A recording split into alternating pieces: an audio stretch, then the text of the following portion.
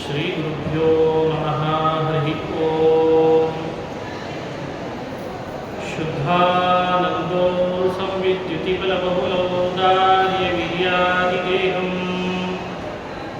ಚಿಂತಾ ಸಂತಾಪಲೇಪೋದ್ಭವತ್ಯುಖರಾಶೇಷದೋಷಾತಿದೂರಂ ಸದ್ಭಿರ್ವೈರಾಗ್ಯಭಕ್ತಿಶ್ರುತಿಮತಿನಿಯತಧ್ಯಾನಜಜ್ಞಾನಯೋಗಾತ್ ಗಮ್ಯಂ ವಂದೇ ಮುಕುಂದಾವಿಧಮಮಲಮಲಂ ಬ್ರಹ್ಮವೇದಾन्तವೇದ್ಯಂ ಅಭ್ರಮಂ ಭಂಗರಹಿತಂ ಅಜಡಂ ವಿಮಲಂ ಸದಾ ಆನಂದತೀರ್ಥಮತುಳಂ ಭಜೆ ತಾಪತ್ರಯಾಪಹಂ ಮೂಕೋಪಿ ಯತ್ಪ್ರಸಾದೇನ ಮುಕುಂದಶಯನಾಯತೆ ರಾಜರಾಜಾಯತೆ ರಿಕ್ತೋ ರಾಘವೇಂದ್ರಂ ತಮಾಶ್ರಯೇ ಆಪಾದಮೌಲಿಪರ್ಯಂತಂ ಗುರುಣಾಮಾಕೃತಿಂ ಸ್ಮರೇತ್ ತೇನ ವಿಘ್ನಾಃ ಪ್ರಣಶ್ಯಂತಿ ಸಿದ್ಧ್ಯಂತಿ ಚ ಮನೋರಥಾಃ.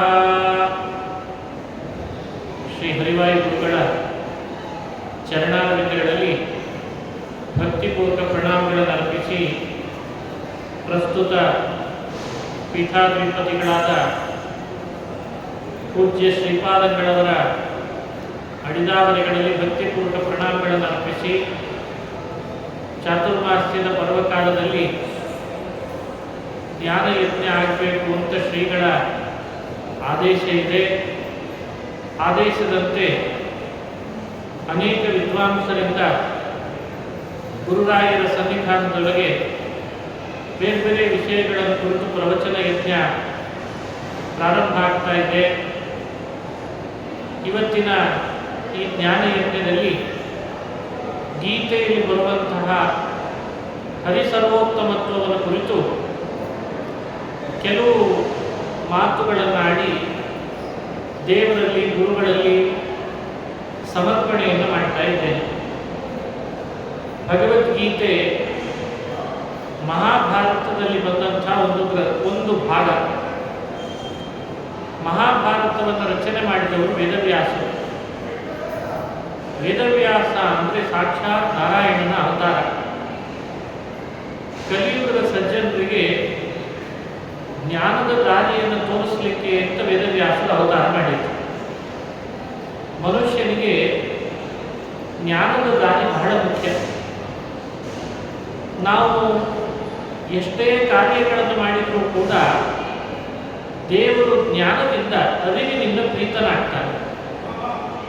ಯದೇವ ವಿದ್ಯೆಯ ಕರೋತಿ ಶ್ರದ್ಧೆಯ ಉಪನಿಷದ ಅಂತ ಹಿರಿಯರು ಹೇಳ್ತಾರೆ. ಯಾವುದೇ ಕೆಲಸವನ್ನು ಮಾಡುವಾಗಲೂ ಅರಿವಿನ ಮೂಲಕ ಮಾಡಬೇಕು, ತಿಳುವಳಿಕೆ ಇಟ್ಕೊಂಡು ಮಾಡಬೇಕು. ತಿಳುವಳಿಕೆ ಇಲ್ಲದೆ ಮಾಡಿದರೆ ಆ ಕೆಲಸ ಕೆಟ್ಟು ಹೋಗ್ತದೆ. ಮಾಡಿದರೂ ಕೂಡ ಅದಕ್ಕೆ ಸಿಗಬೇಕಾದಷ್ಟು ಲಾಭ ಸಿಗಲ್ಲ. ಹಾಗಾಗಿ ಮನುಷ್ಯ ಯಾವುದೇ ಕಾರ್ಯ ಮಾಡಬೇಕಾದ್ರೂ ತಿಳುವಳಿಕೆ ಇಟ್ಕೊಂಡು ಮಾಡಬೇಕು. ಮನುಷ್ಯರಿಗೆ ತಿಳುವಳಿಕೆ ಕೊಡೋರು ಯಾರು? ತಿಳುವಳಿಕೆನೇ ಇಲ್ಲ ನಮಗೆ, ಕೊಡೋರು ಯಾರು? ಆ ತಿಳುವಳಿಕೆ ಕೊಡಲಿಕ್ಕೋಸ್ಕರನೇ ದೇವರು ವೇದವ್ಯಾಸ ಅಂತ ಭೂಮಿಯಲ್ಲಿ ಅವತಾರ ಮಾಡಿದ. ಜ್ಞಾನಂ ಸಂಸ್ಥಾಪಯಾಮಾಸ ಮನುಷ್ಯ ಪಿತೃಪಕ್ಷಿಷು ಅಂತ ಹಿರಿಯರು ಹೇಳ್ತಾರೆ. ದೇವರು ನಾರಾಯಣ ವೇದವ್ಯಾಸನಾಗಿ ಹುಟ್ಟಿ ಭೂಮಿಯ ಮೇಲೆ ಮನುಷ್ಯರಿಗೆಲ್ಲ ತಿಳುವಳಿಕೆಯನ್ನು ಕೊಟ್ಟರು.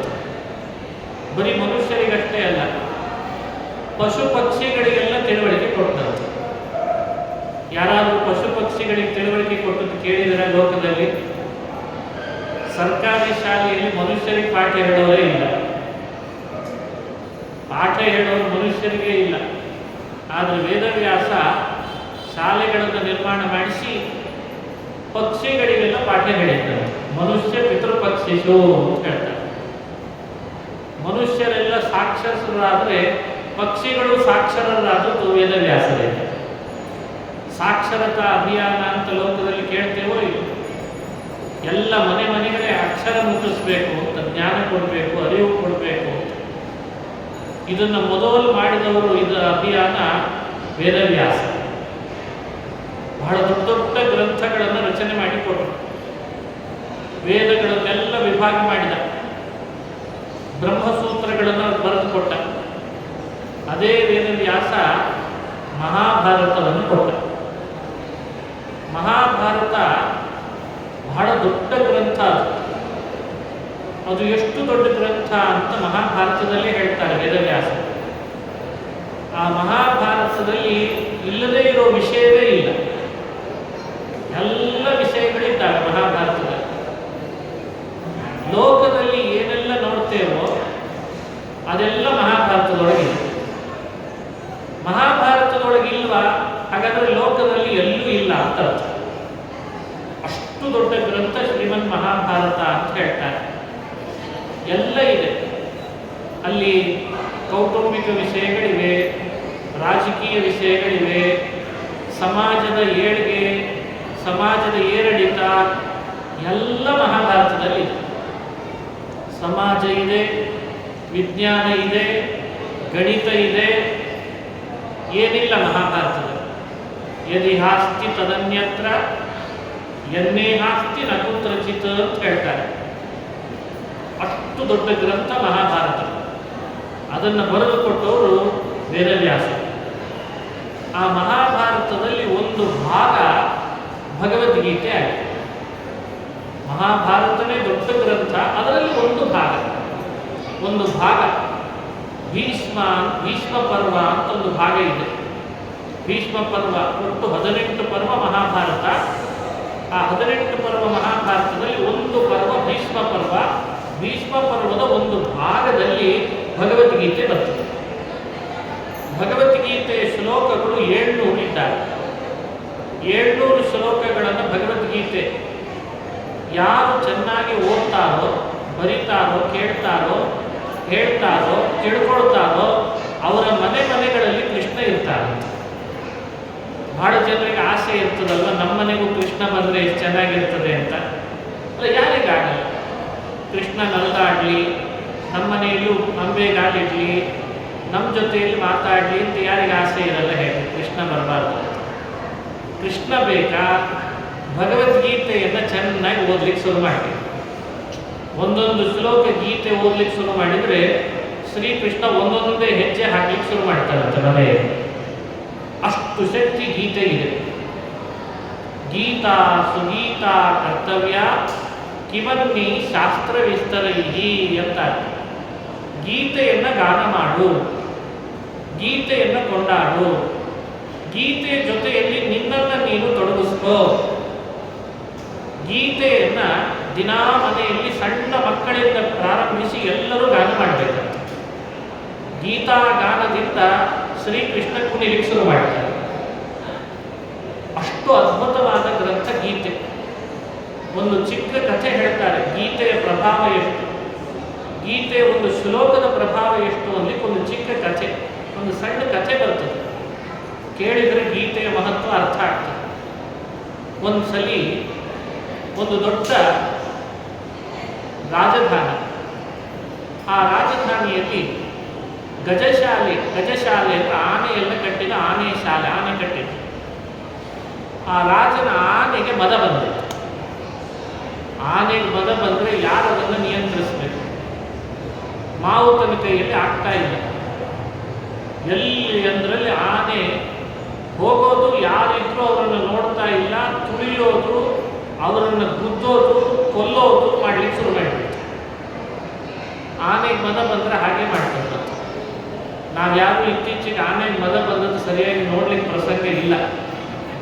ಯಾಕಂದರೆ ಆನೆ ಸಂತತಿನೇ ಕಡಿಮೆ ಮಾಡಿಬಿಟ್ಟಿದೆ.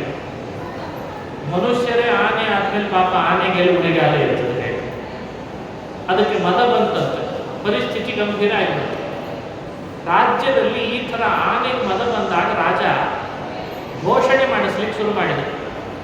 ಯಾರು ಮನೆಯಿಂದ ಹೊರಗೆ ಬರತಕ್ಕದ್ದಲ್ಲ, ಮನೆ ಬಾಗಿಲು ಹಾಕ್ಕೊಂಡು ಒಳಗೆ ಇರಲಿ, ನಾವು ಆನೆ ಹಿಡಿಯೋ ತನಕನೂ ಯಾರು ಮನೆ ಬಿಟ್ಟು ಹೊರಗೆ ಬರಬೇಡ್ರಿ ಅಂತ ಘೋಷಣೆ ಕೂಗಿಸಿದ. ಘೋಷಣೆ ಮೇಲೆ ನಿಂತ್ಕೊಂಡು ಕೂಗ್ತಿದ್ದಾರೆ, ಎಲ್ಲರೂ ಮನೆ ಬಾಗಿಲು ಹಾಕ್ತಾ ಇದ್ದಾರೆ. ಬೀದಿಗಳಲ್ಲಿ ಜನ ಚೆಲ್ಲಾಪಿಲ್ಲಿಯಾಗಿ ಮನೆ ಒಳಗೆ ಸೇರ್ಕೊಂಡಿದ್ದಾರೆ. ಆದರೆ ಒಬ್ಬ ಮಾತ್ರ ತೀರ್ಥಯಾತ್ರೆ ಹೊರಟವನು ಅದೇ ಪಟ್ಟಣದ ಒಳಗೆ ಬಂದ್ಬಿಟ್ಟ. ಅವನಿಗೆ ಗೊತ್ತಿಲ್ಲ ಆನೆಗೆ ಮದ ಬಂದಿದೆ ಅಂತ. ಅವನ ಮನೆ ಪಟ್ಟಣದೊಳಗೆ ನುಗ್ಗಿಬಿಟ್ಟ.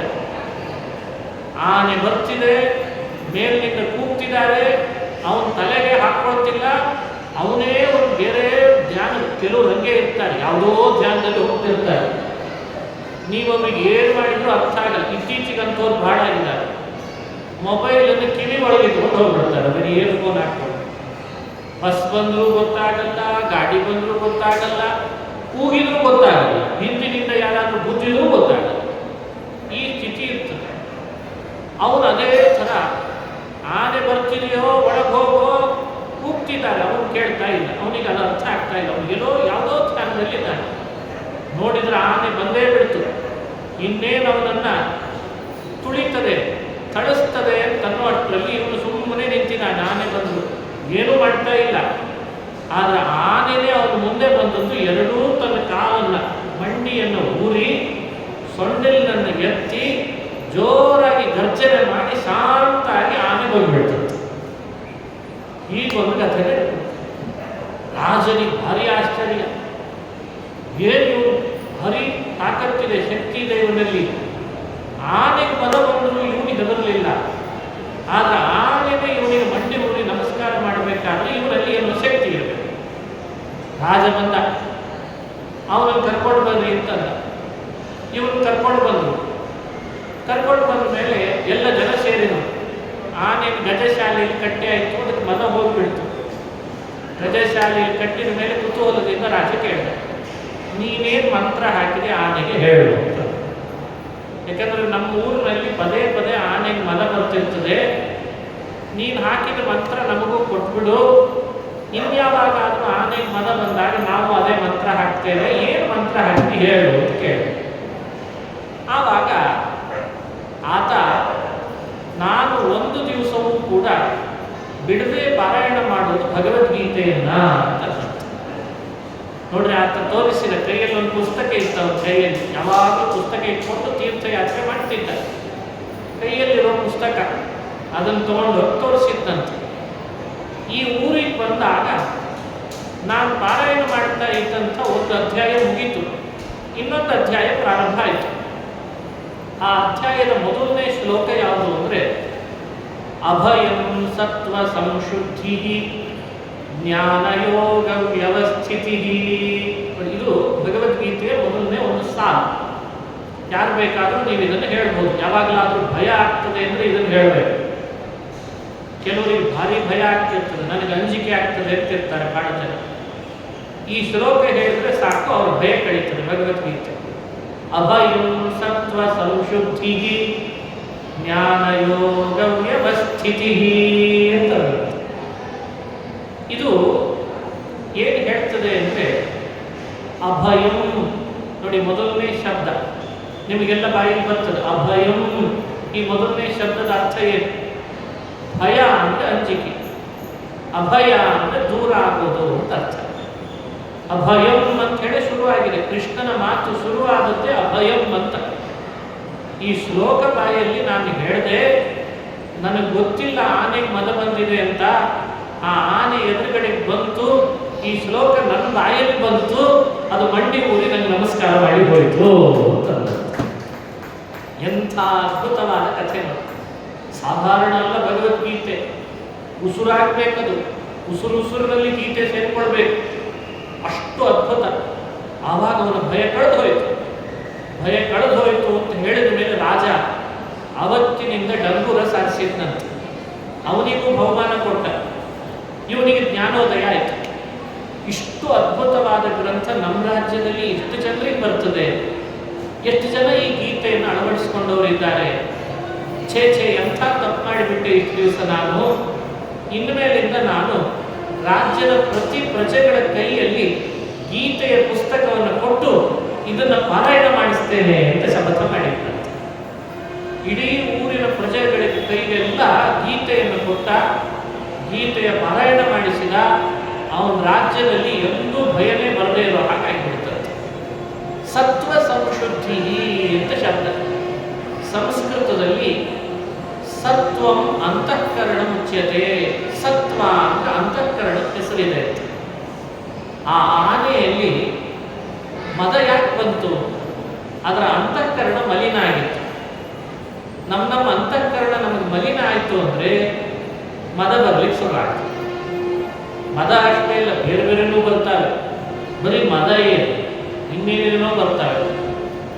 ಅದಕ್ಕೆ ಅಂತಃಕರಣ ಯಾವಾಗಲೂ ಶುದ್ಧವಾಗಿರಬೇಕು. ಮನಸ್ಸಿನಿಂದ ಯಾರು ಕೆಡಬಾರ್ದು. ಫಿಸಿಕಲಿ ದೇಹದಿಂದ ಕೆಡೋದು ಬೇರೆ, ಮನಸ್ಸಿನಿಂದ ಕೆಟ್ಟರೆ ಸರಿ ಮಾಡೋದು ಬಹಳ ಕಷ್ಟ. ಅಂತಃಕರಣ ಯಾವಾಗಲೂ ಶುದ್ಧವಾಗಿ ಇಟ್ಕೊಳ್ಬೇಕು. ಅಂತಃಕರಣ ಶುದ್ಧವಾಗಿದ್ದರೆ ಉಳಿದೆಲ್ಲ ಶುದ್ಧ ಆಗೇ ಆಗ್ತದೆ ಆಟೋಮೆಟಿಕ್ಲಿ. ಅವನ ಬಾಯಲ್ಲಿ ಸತ್ವ ಸಂಶುದ್ಧಿ ಅಂತ ಬಂತು. ಆನೆಯ ಮನಸ್ಸಿನೊಳಗೆ ಆ ಅಂತಃಕರಣದಲ್ಲಿ ಮದ ಬರಲಿಕ್ಕೆ ಕಾರಣ ಆ ಅಂತಃಕರಣ ಕೆಟ್ಟೋಗಿತ್ತು.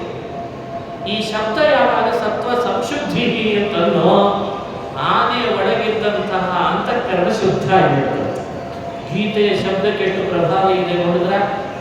ಹಾಗಾಗಿ ಗೀತೆಯ ಪ್ರತಿ ಶಬ್ದ, ಪ್ರತಿ ಪದಗಳು ಅದು ಯಾವುದೋ ಯಾವುದೋ ವಿಷಯ ಎಲ್ಲೋ ಹೇಳ್ತಿದೆ ಅಂತ ಮೇಲ್ನೋಟಕ್ಕೆ ಕಾಣಿಸ್ತದೆ. ನಿಜವಾಗ್ಲೂ ನೋಡಿದ್ರೆ ಅದು ನಮ್ಮೊಳಗೆ ನಮ್ಮನ್ನೇ ಆಪರೇಷನ್ ಮಾಡ್ತಿರ್ತಾರೆ. ಈ ಆಪರೇಷನ್ ಮಾಡೋರು ಅಂತ ಇರ್ತಾರಲ್ಲ ಡಾಕ್ಟರ್ಸ್, ಕೆಲವೊಮ್ಮೆ ನಮ್ಮ ದೇಹದೊಳಗೆ ಗಾಯ ಆಗಿದ್ರೆ ಕೊಳ್ತಿದ್ರೆ ಆ ಭಾಗ ಎಲ್ಲ ಆಪರೇಷನ್ ಮಾಡಿ ಕಿತ್ತಿ ತೆಗೆದು ಬಿಡ್ತಾರೆ. ಇದು ದೇಹಕ್ಕೆ ಸಂಬಂಧಪಟ್ಟದ್ದು ಆ ಡಾಕ್ಟರ್ ಮಾಡಬಹುದು.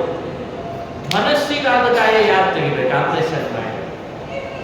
ಮನಸ್ಸಿಗೆ ಏನಾದರೂ ಗಾಯ ಮಾಡಿಕೊಂಡ್ರೆ ಯಾರಾದ್ರೂ ತೆಗಿಲಿಕ್ಕೆ ಆಗ್ತದ? ಅದನ್ನ ಕೃಷ್ಣ ಒಬ್ಬನೇ ಮಾಡಬಲ್ಲ. ಅವನಿಗೆ ಯಾರ್ಯಾರ ಮನಸ್ಸನ್ನು ಹೇಗೆ ಆಪರೇಷನ್ ಮಾಡಬೇಕು ಅಂತ ಚೆನ್ನಾಗಿ ಗೊತ್ತಿದೆ. ಅವನು ಧೈರ್ಯ ತುಂಬುತ್ತಾನೆ, ಸ್ಥೈರ್ಯ ತುಂಬುತ್ತಾನೆ. ಅವನು ಅದ್ಭುತವಾಗಿ ಅವರವರಿಗೆ ಬೇಕಾಗುವಂತೆ ಅವರವರಿಗೇನೇ ಮಾತುಗಳನ್ನ, ಅವನು ಆಡಿದ ಮಾತು ಒಂದೇ ಇದೆ, ಆದರೆ ಅದು ಅವರವರ ಥಿಯರಿಗೆ ಅವರವರಿಗೆ ಆಪರೇಷನ್ ಮಾಡೋ ಹಾಗಿದೆ. ಇದು ಕೃಷ್ಣನ ಮಾತಿನ ಶಕ್ತಿ, ಅದು ಅದ್ಭುತ. ಈ ಇಡೀ ಭಗವದ್ಗೀತೆಯ ಸಾರ ಏನು? ಇತ್ತೀಚೆಗೆ ಪ್ರಶ್ನೆ ಪೇಪರ್ನಲ್ಲಿ ಕೊಟ್ಟಿರ್ತಾರಲ್ಲ, ಏನು ಪ್ರಶ್ನೆ ಕೊಟ್ಟಿರ್ತಾರೆ? ಯಾವುದಾದ್ರೂ ಒಂದು ದೊಡ್ಡ ಪಾಠ ಕೊಟ್ಟು ಈ ಪಾಠದ ಸಾರ ಏನು ಅಂತ ಕೇಳ್ತಾರೆ. ಈ ಪಾಠದ ಸಾರ ಏನು? ಒಂದು ಮಾತಿನಲ್ಲಿ ಈ ಪಾಠದ ಸಾರವನ್ನು ಬರೀರಿ ಅಂತ ಅಂತಿರ್ತಾರೆ. ಹಾಗೆ ಶ್ರೀಕೃಷ್ಣ ಹೇಳಿದ ಭಗವದ್ಗೀತೆಯ ಸಾರ ಏನು? ಸಾರ ಬೇರೆ ಇನ್ನೇನು ಅಲ್ಲ. ವೇದಶಾಸ್ತ್ರ ಪರಂ ನಾಸ್ತಿ ನದೈವ ಕೇಶವಾತ್ ಪರಂ ಅಂತ ಹೇಳ್ತಾರೆ. ಭಗವಂತ ಕೃಷ್ಣ ಅವನೇ ಪುರುಷೋತ್ತಮ. ಆ ಪುರುಷೋತ್ತಮನಿಗಿಂತ ಜಗತ್ತಿನಲ್ಲಿ ಮತ್ತೊಬ್ಬ ದೇವತೆ, ಮತ್ತೊಬ್ಬ ರಕ್ಷಕ, ಮತ್ತೊಬ್ಬ ಸೃಷ್ಟಿಕರ್ತ, ಮತ್ತೊಬ್ಬ ಸರ್ವಶಕ್ತ ಯಾರು ಇಲ್ಲ. ಇದೇ ಅದರ ಸಾರ. ಇದಕ್ಕಿಂತ ಬೇರೆ ಸಾರ ಏನಿಲ್ಲ. ಇದನ್ನು ಅರ್ಥೈಸಿಕೊಂಡ್ರೆ ನಮ್ಮ ಜೀವನ ಸಾರ್ಥಕ. 18 ಅಧ್ಯಾಯದಲ್ಲಿ 700 ಶ್ಲೋಕಗಳಲ್ಲೂ ಕೃಷ್ಣ ಹೇಳಲಿಕ್ಕೆ ಹೊರಟದ್ದು ಇದೇ ಬಹುಮುಖ್ಯವಾದ ತತ್ವವಸ್ತು. ನಿನ್ನ ಬದುಕಿನಲ್ಲಿ ನೀನು ಇನ್ನೇನನ್ನ ಪಡಿತೀಯೋ, ತಿಳಿತೀಯೋ, ಬಿಡ್ತೀಯೋ, ಆದರೆ ಇದೊಂದನ್ನ ತಿಳಿದ್ರೆ ಉಳಿದೆಲ್ಲ ತಿಳಿದ್ರಿಂದ ಏನಾಗಬೇಕು ಅದೆಲ್ಲ ಇರಲಿಲ್ಲ. ಇದು ಉಪನಿಷತ್ತು ಹೇಳುವ ಪದ್ಧತಿ. ಉಪನಿಷತ್ತಿನಲ್ಲಿ ಒಂದು ಮಾತು ಬರ್ತದೆ, ಒಂದು ಮಣ್ಣಿನ ಹೆಂಟೆಯನ್ನು ತಿಳಿದ್ರೆ ಅದಕ್ಕೆ ಸದೃಶವಾದ ಉಳಿದ ಎಲ್ಲ ಮಣ್ಣಿನ ಪದಾರ್ಥಗಳನ್ನು ಮಾಡಿಟ್ಟಿದ್ರೆ ಇದೆಲ್ಲ ಮಣ್ಣಿನ ಅಂತ ತಿಳಿಬೋದಲ್ವ ನಾವು. ಈ ಕ್ರಾಫ್ಟ್ ಅಂತ ಮಾಡ್ತಾರೆ. ಕ್ರಾಫ್ಟ್ ಅಂತ ಕೇಳಿದ್ರೆ ಕ್ಲೇ ಕ್ರಾಫ್ಟ್ ಅಂತ ಒಂದು ವ್ಯವಸ್ಥೆ. ಇತ್ತೀಚೆಗೆ ಮಕ್ಕಳನ್ನ ಶಾಲೆಗೆ ಸೇರಿಸಿದಾಗ ಒಂದು ಕ್ಲೇ ಕ್ರಾಫ್ಟ್ ಅಂತ ಶುರುವಾಗಿದೆ. Clay art. ಇಟ್ಸ್ ಮೀನ್, ಅದರ ಅರ್ಥ ಏನು? ಮಣ್ಣಿನಿಂದ ಪದಾರ್ಥಗಳನ್ನು ತಯಾರು ಮಾಡೋದು. ಕ್ಲೇ ಅಂದರೆ ಮಣ್ಣು. ಒಂದನ್ನು ಮಾಡಿ ತೋರಿಸಿದ್ರೆ ಮಗು ಇದೇ ಥರ ಹೀಗೆ ಬೇರೆ ಬೇರೆ ಮಾಡು ಅಂದರೆ ತಾನೇ ಮಾಡಿಡ್ತೀವಿ. ಹೇಗೆ ಮಾಡಿದೆ ಅಂದರೆ ಅದೇ ಒಂದು ಮಾಡಿ ತೋರಿಸಿದ್ರಲ್ಲ, ಉಳಿದೆಲ್ಲ ಮಾಡೋ ಹಾಗೆ ಗೊತ್ತಾಯ್ತು ನನಗೆ. ಹಾಗೆ ಉಪನಿಷತ್ತು ಹೇಳ್ತದೆ, ಏಕೇನ ಮೃಣ್ಮಯೇನ ಪಿಂಡೇನ ಜ್ಞಾತೇನ ಸರ್ವಂ ಮೃಣ್ಮಯಂ ಪಿಂಡಂ ಜ್ಞಾತ. ಎಂಥ ಅದ್ಭುತವಾದ ಮಾತು. ಇದು ಒಂದನ್ನು ತಿಳಿದ್ರೆ ಉಳಿದೆಲ್ಲ ತಿಳಿಯೋದು ತಾನಾಗೆ ಆಗಿಬಿಡ್ತದೆ. ಹಾಗೆ ಗೀತೆಯು ಕೂಡ ತಿಳಿಸ್ಲಿಕ್ಕೆ ಹೊರಟದ್ದೇನು ಅಂದರೆ ಯಾವುದನ್ನು ನೀವು ತಿಳಿದು ಬಿಟ್ರೆ ಪ್ರಪಂಚದಲ್ಲಿ ಇನ್ನುಳಿದನ್ನೆಲ್ಲ ತಾನಾಗಿ ತಿಳಿದಂತಾಗ್ತದೋ ಅದೊಂದನ್ನೇ ಭಗವದ್ಗೀತೆ ತಿಳಿಸ್ಲಿಕ್ಕೆ ಹೊರಟಿದೆ. ಅದರ ರಹಸ್ಯ. ಇದನ್ನ ಇತ್ತೀಚಿನ ಭಾಷೆಯಲ್ಲಿ ಹೇಳೋದಾದ್ರೆ ಕೀ ಪಾಯಿಂಟ್ಸ್ ಅಂತ ಕರೀತಾರೆ. Key point. ಇಡೀ 700 ಶ್ಲೋಕದ ಕೀ ಪಾಯಿಂಟ್ಸ್ ಯಾವುದು? ಗೀತೆಯನ್ನು ದಿನಾ ಪಾರಾಯಣ ಮಾಡಲಿಕ್ಕೆ ಪ್ರಯತ್ನ ಪಡಬೇಕು. ಒಂದು ಶ್ಲೋಕ ಮಾಡೋಣ ಸಾಕು, ಒಂದು ಪದ ಹೇಳಿದ್ರೆ ಸಾಕು. ಒಂದು ಪದ, ಒಂದು ಶ್ಲೋಕ, ಅರ್ಧ ಶ್ಲೋಕ ಸ್ವಲ್ಪ ಜಾಸ್ತಿ ಆಗ್ತದಲ್ಲ, ಒಂದು ಪಾದ ಮಾಡಿದ್ರು ಸಾಕಬೇಕಾಗ್ತದೆ. ಈ ಗೀತೆಯನ್ನು ದಿನಾ ಪಾರಾಯಣ ಮಾಡುವಾಗ ಪ್ರಾರಂಭದಲ್ಲಿ ಕೆಲವು ವಿಷಯಗಳನ್ನು ಹೇಳ್ತಾರೆ. ಭಗವದ್ಗೀತೆಯ ಬೀಜ ಯಾವುದು? ಗೀತೆ ಎನ್ನುವುದು ಒಂದು ದೊಡ್ಡ ವೃಕ್ಷ. ಬಹಳ ದೊಡ್ಡ ವೃಕ್ಷದೊಳಗೆ ಬೀಜ ಬೇಕಲ್ವೇ? ಬೀಜ ಇಲ್ಲದೆ ವೃಕ್ಷ ಬೆಳೆಯಲಿಕ್ಕೆ ಸಾಧ್ಯ? ಬೀಜ ಹಾಕಿದರೆ ಮಹಾವೃಕ್ಷವಾಗಿರ್ತದೆ. ಹಾಗೆ ಗೀತೆಯ ಬೀಜ ಯಾವುದು? ಗೀತೆಯ ಶಕ್ತಿ ಯಾವುದು? ಗೀತೆಯ ಕೀಲಕ ಯಾವುದು? ಇದನ್ನೆಲ್ಲ ತಿಳಿದಿರಬೇಕು. ಭಗವದ್ಗೀತೆಯ ಬೀಜ ಯಾವುದು ಗೊತ್ತೇ? ಅದು ಯಾವ ಬೀಜದಿಂದ ಇಷ್ಟು ದೊಡ್ಡ ವೃಕ್ಷವಾಯಿತು? ಅಶೋಚ್ಯಾನನ್ವಶೋಚಸ್ತ್ವಂ ಪ್ರಜ್ಞಾವಾದಾಂಶ್ಚ ಭಾಷಸೆ ಇತಿ ಬೀಜಂ ಅಂತ. ಇದು ಏನು ಅರ್ಥ ಕೊಡ್ತದೆ ಅಂದ್ರೆ, ಮನುಷ್ಯ ಬಹು ದುಃಖಿಯಾಗಿದ್ದಾನೆ. ಇವತ್ತು ಬಹಳ ದುಃಖ ಪಡ್ತಿದ್ದೇವೆ. ಈ ದುಃಖ ಪಡೋದ್ರ ಹಿಂದೆ ಕಾರಣ ಇರಬೇಕಷ್ಟೇ. ಕಾರಣ ಇಲ್ಲದೆ ದುಃಖ ಪಡ್ಲಿಕ್ಕೆ ಆಗ್ತದ? ಏನೂ ಕಾರಣ ಇಲ್ಲದೆ ದುಃಖ ಬರಲಿಕ್ಕೆ ಸಾಧ್ಯ ಇಲ್ಲ. ಕಾರಣ ಇದೆ. ಕಾರಣ ಇದೆ ಎಂದು ಹುಡುಕ್ಬೇಕು ನಾವಷ್ಟೇ. ನಮಗೆ ಸಿಗ್ತಾ ಇಲ್ಲ. ಸ್ವಲ್ಪ ಹುಡುಕಿದ್ರೆ ಸಿಕ್ಬಿಡ್ತದೆ ಅಷ್ಟೇ. ಯಾವುದನ್ನ ನೋಡಿ ಯಾವತ್ತೂ ಶೋಕ ಪಡಬಾರದೋ ಅದನ್ನು ನೋಡಿ ಶೋಕ ಪಡ್ತಿದ್ದೇವೆ. ಯಾವುದನ್ನು ನೋಡಿ ಶೋಕ ಪಡಬೇಕೋ ಶೋಕ ಪಡ್ತಾ ಇಲ್ಲ. ಪ್ರಜ್ಞಾವಾದಾಂಶ ಭಾಷಸೆ. ಇದು ದೊಡ್ಡ ದುಃಖ ಪಡಬಾರ್ದು ನೀನು, ಆದ್ರೆ ದುಃಖ ಪಡ್ತಾ ಇದ್ದಿ. ಇದು ದುರಂತ. ಅಶೋಚ್ಯಾನನ್ವಶೋಚ ಅಂದ್ರೆ ಗೀತೆಯ ಬೀಜ ಮಾತು ಇದು. ಈ ಬೀಜ ಮಾತಿನ ಮೇಲೆ ಇಡೀ ಗೀತಾ ಅನ್ನುವ ಮಹಾವೃಕ್ಷ ಬೆಳೀತದೆ. ಇದರ ಕೊನೆಯ ಶಕ್ತಿ ಏನು? ಇದರ ಶಕ್ತಿ, ಇದರ ಕೀಲಕ ಏನು? ಯಾವುದು ಶಕ್ತಿ, ಯಾವುದು ಬೀಜ, ಯಾವುದು ಕೀಲಕ ಅಂತೆಲ್ಲ ನಾವು ಪಾರಾಯಣ ಮಾಡುವಾಗ ಹೇಳಬೇಕು. ಅದರಲ್ಲಿ ಬಹಳ ಮುಖ್ಯವಾಗಿ ಗೀತೆ ಹೇಳುವ ಅಂಶ ಅದು ಹೇಳ್ತದೆ, ಸರ್ವಧರ್ಮಾನ್ ಪರಿತ್ಯಜ್ಯ ಮಾಮೇಕಂ ಶರಣಂ ವ್ರಜ. ಇದು ಗೀತೆಯ ಶಕ್ತಿ. ನಿನ್ನ ಬದುಕಿನೊಳಗೆ ಶೋಕ ಪಡದೇ ಇರೋದನ್ನು ನೋಡಿ ಶೋಕ ಪಡ್ತಾ ಇದ್ದಿ, ಇದು ಬೀಜ ಆಯಿತು. ಎಲ್ಲವನ್ನೂ ಬಿಟ್ಬಿಡಪ್ಪ ಮಾರಾಯ, ತಲೆ ಕೆಡಿಸ್ಕೊಳ್ಬೇಡ, ನನ್ನನ್ನೊಬ್ಬನ ಶರಣ ಬಾ. ಇದು ಅದರ ಶಕ್ತಿ. ಈ ಎರಡೂ ಮಾತಿನಿಂದಲೂ ಭಗವಂತನ ಮಹಿಮೆಯನ್ನು ಹೇಳ್ತದೆ. ಮತ್ತೆ ಉಪಸಂಹಾರ ಅಂದ್ರೆ ಕೊನೆಗೊಂಡದ್ದು ಆ ಮಾತಿನಿಂದ. ಸರ್ವಧರ್ಮ ಪರಿತ್ಯಜ್ಯ ಮಾಮೇಕಂ ಶರಣಂ ವ್ರಜ. ಯಾರು ಹೇಳಿದ್ರು ಈ ಮಾತನ್ನು? ಬೇರೆಯವರು. ಇಡೀ ಜಗತ್ತಿನ ಪಾಶ್ಚಾತ್ಯ ಪೌರಾತ್ಯ ಸಿದ್ಧಾಂತಗಳನ್ನ, ಫಿಲಾಸಫಿಗಳನ್ನ ನೀವು ಅಧ್ಯಯನ ಮಾಡ್ತಾ ಬಂದ್ರೆ ಯಾವೊಬ್ಬ ವ್ಯಕ್ತಿಯೂ ಕೂಡ ಸರ್ವಸ್ವವನ್ನು ಪರಿತ್ಯಜಿಸಿ ನನಗೆ ಶರಣ ಬಾ, ನಿನ್ನ ಪೂರ್ಣ ನಾನು ನೋಡ್ಕೋತೀನಿ ಅಂತ ಯಾರೂ ಹೇಳಿಲ್ಲ. ಎಂಥ ವಿಪರ್ಯಾಸ ನೋಡಿದ್ರೆ! ಇಷ್ಟಿಷ್ಟು ದೊಡ್ಡ ದೊಡ್ಡ ಪುಸ್ತಕಗಳನ್ನು ಬರೆದಿದ್ದಾರೆ. ಎಲ್ಲರೂ ಕೂಡ ಬಹಳ ಬರೆದಿದ್ದಾರೆ. ಅದನ್ನು ತೂಕಕ್ಕೆ ಹಾಕಿದ್ರೆ 1000 kg ಆಗ್ಬೋದಿಲ್ಲ ನಿಮಗೆ. ತೂಕಕ್ಕೆ ಹಾಕಲಿಕ್ಕೆ ಹೋಗ್ಬೇಡ್ರೆ ಮತ್ತೆ ಯಾರು ಕೂಡ ಅಷ್ಟು ಪುಸ್ತಕಗಳನ್ನು ಬರೆದಿದ್ದಾರೆ ಮಹಾರಾಯ. ಯಾರೊಬ್ಬನೂ ಕೂಡ ದುಃಖಿಯಾದ ವ್ಯಕ್ತಿಗೆ ನೀ ಬಾ ಬಿಟ್ಟು ನಾನು ನೋಡ್ಕೋತೇನೆ ಅಂತ ಧೈರ್ಯ ಕೊಡಬೇಕು. ಇದೇ ವಿಪರ್ಯಾಸ. ಯಾರಾದರೂ ಒಬ್ಬರು ಕೊಡ್ಲಿಕ್ಕೆ ಬೇಕಾಗಿತ್ತಲ್ಲ. ಸರ್ವಶಕ್ತರಾಗಿದ್ರೆ, ಸರ್ವೋತ್ತಮರಾಗಿದ್ರೆ, ಸರ್ವೇಶ್ವರರಾಗಿದ್ರೆ, ನಿಜವಾಗ್ಲೂ ಅಂತಃಕರಣಿಗಳಾಗಿದ್ರೆ, ನಿಜವಾಗ್ಲೂ ಕರುಣಾಮಯಿಗಳಾಗಿದ್ದಿದ್ರೆ ಅವರು ಇದನ್ನು ಯಾರು ಹೇಳಬೇಕೋ ಬೇಡವೋ, ನೀನು ಬಾರೋ ಬಿಟ್ಟು ನಾನು ನೋಡ್ಕೊಳ್ತೇನೆ ಅಂತ ಯಾರು ಹೇಳಬೇಕು? ಇದು ಗೀತೆಯಲ್ಲಿ ನೀವು ನೋಡಬೇಕಾದ ಪ್ರಮುಖವಾದ ಅಂಶ. Point number 2. ಎರಡನೇ ಅಂಶ, ಗೀತೆಯಲ್ಲಿ ಮತ್ತೊಂದು ಅಂಶ ಹೇಳ್ತಾನೆ ಕೃಷ್ಣ, ರೋಮಾಂಚನ ಆಗ್ತದೆ. ಆ ಅಂಶ ನೋಡಿದಾಗೆಲ್ಲ ಒಮ್ಮೆ ಕಣ್ಣಲ್ಲಿ ನೀರು ಬರ್ತದೆ, ಒಮ್ಮೊಮ್ಮೆ ಆಶ್ಚರ್ಯ ಆಗ್ತದೆ, ಮೈಮೇಲಿ ರೋಮಾಂಚನ ಆಗ್ತದೆ. ಆ ಮಾತೆ ಆಗಿದೆ. ಆ ಮಾತನ್ನು ನಿಮ್ಮ ಮುಂದೆ ಹೇಳ್ತೀನಿ. ಕೃಷ್ಣ ಹೇಳ್ದ, ನಾನು ಈ ಪ್ರಪಂಚದ ಅಪ್ಪ ಅಂತ ಹೇಳ್ತಾರೆ. ಅಪ್ಪ. ಲಕ್ಷ್ಮಿ ಈ ಪ್ರಪಂಚದ ಅಮ್ಮ ಅಂತ ಹೇಳ್ತಾರೆ. ಮಮ ಯೋನಿರ್ಮಹತ್ ಬ್ರಹ್ಮ ತಸ್ಮಿನ್ ಗರ್ಭಂ ದಧಾಮ್ಯಹಂ ಅಹಂ ಸರ್ವಸ್ಯ ಜಗತಃ ಪ್ರಭವಃ ಪ್ರಳಯಸ್ತಥಾ. ಇದು ಕೃಷ್ಣನ ಮಾತು, ಭಗವದ್ಗೀತೆಯಲ್ಲಿ ಬರ್ತದೆ. ಈ ಮಾತಿನ ಅರ್ಥ ಏನು ಅಂತ ನೀವು ನೋಡಬಹುದು. ಯೋನಿ ಶಬ್ದಕ್ಕೆ ಹೆಂಡತಿ ಅಂತ ಅರ್ಥ. ಬೇರೆ ಪ್ರಸಿದ್ಧಿ ಲೋಕದಲ್ಲಿ ಇದ್ದದ್ದನ್ನು ತಗೊಳ್ಬಾರ್ದು. ಸಂಸ್ಕೃತದ ಶಬ್ದಗಳಿಗೆ ಅರ್ಥಗಳು ಬೇರೆ ಬೇರೆ ಇದ್ದದ್ದು ನೋಡಿದ್ದೇನೆ ನಾನು. ಮಹತ್ ಬ್ರಹ್ಮ ಅಂದ್ರೆ ಮಹಾಲಕ್ಷ್ಮಿ ಅಂತ ಅರ್ಥ. ಅಪ್ಪಿ ತಪ್ಪಿ ಈ ವಿಷಯದಲ್ಲಿ ಯಾರು ಕನ್ಫ್ಯೂಸ್ ಆಗ್ತಾರೆ. ತುಂಬ ಜನ ಭಗವದ್ಗೀತೆಯನ್ನು ನೋಡುವವರಿಗೆ ಮಹತ್ ಬ್ರಹ್ಮ ಅಂದ್ರೆ ಮಹಾಲಕ್ಷ್ಮಿ ಅನ್ನೋ ಅರ್ಥ ಇವತ್ತಿಗೂ ಗೊತ್ತಾಗಿಲ್ಲ ಬಹಳ ಜನರಿಗೆ.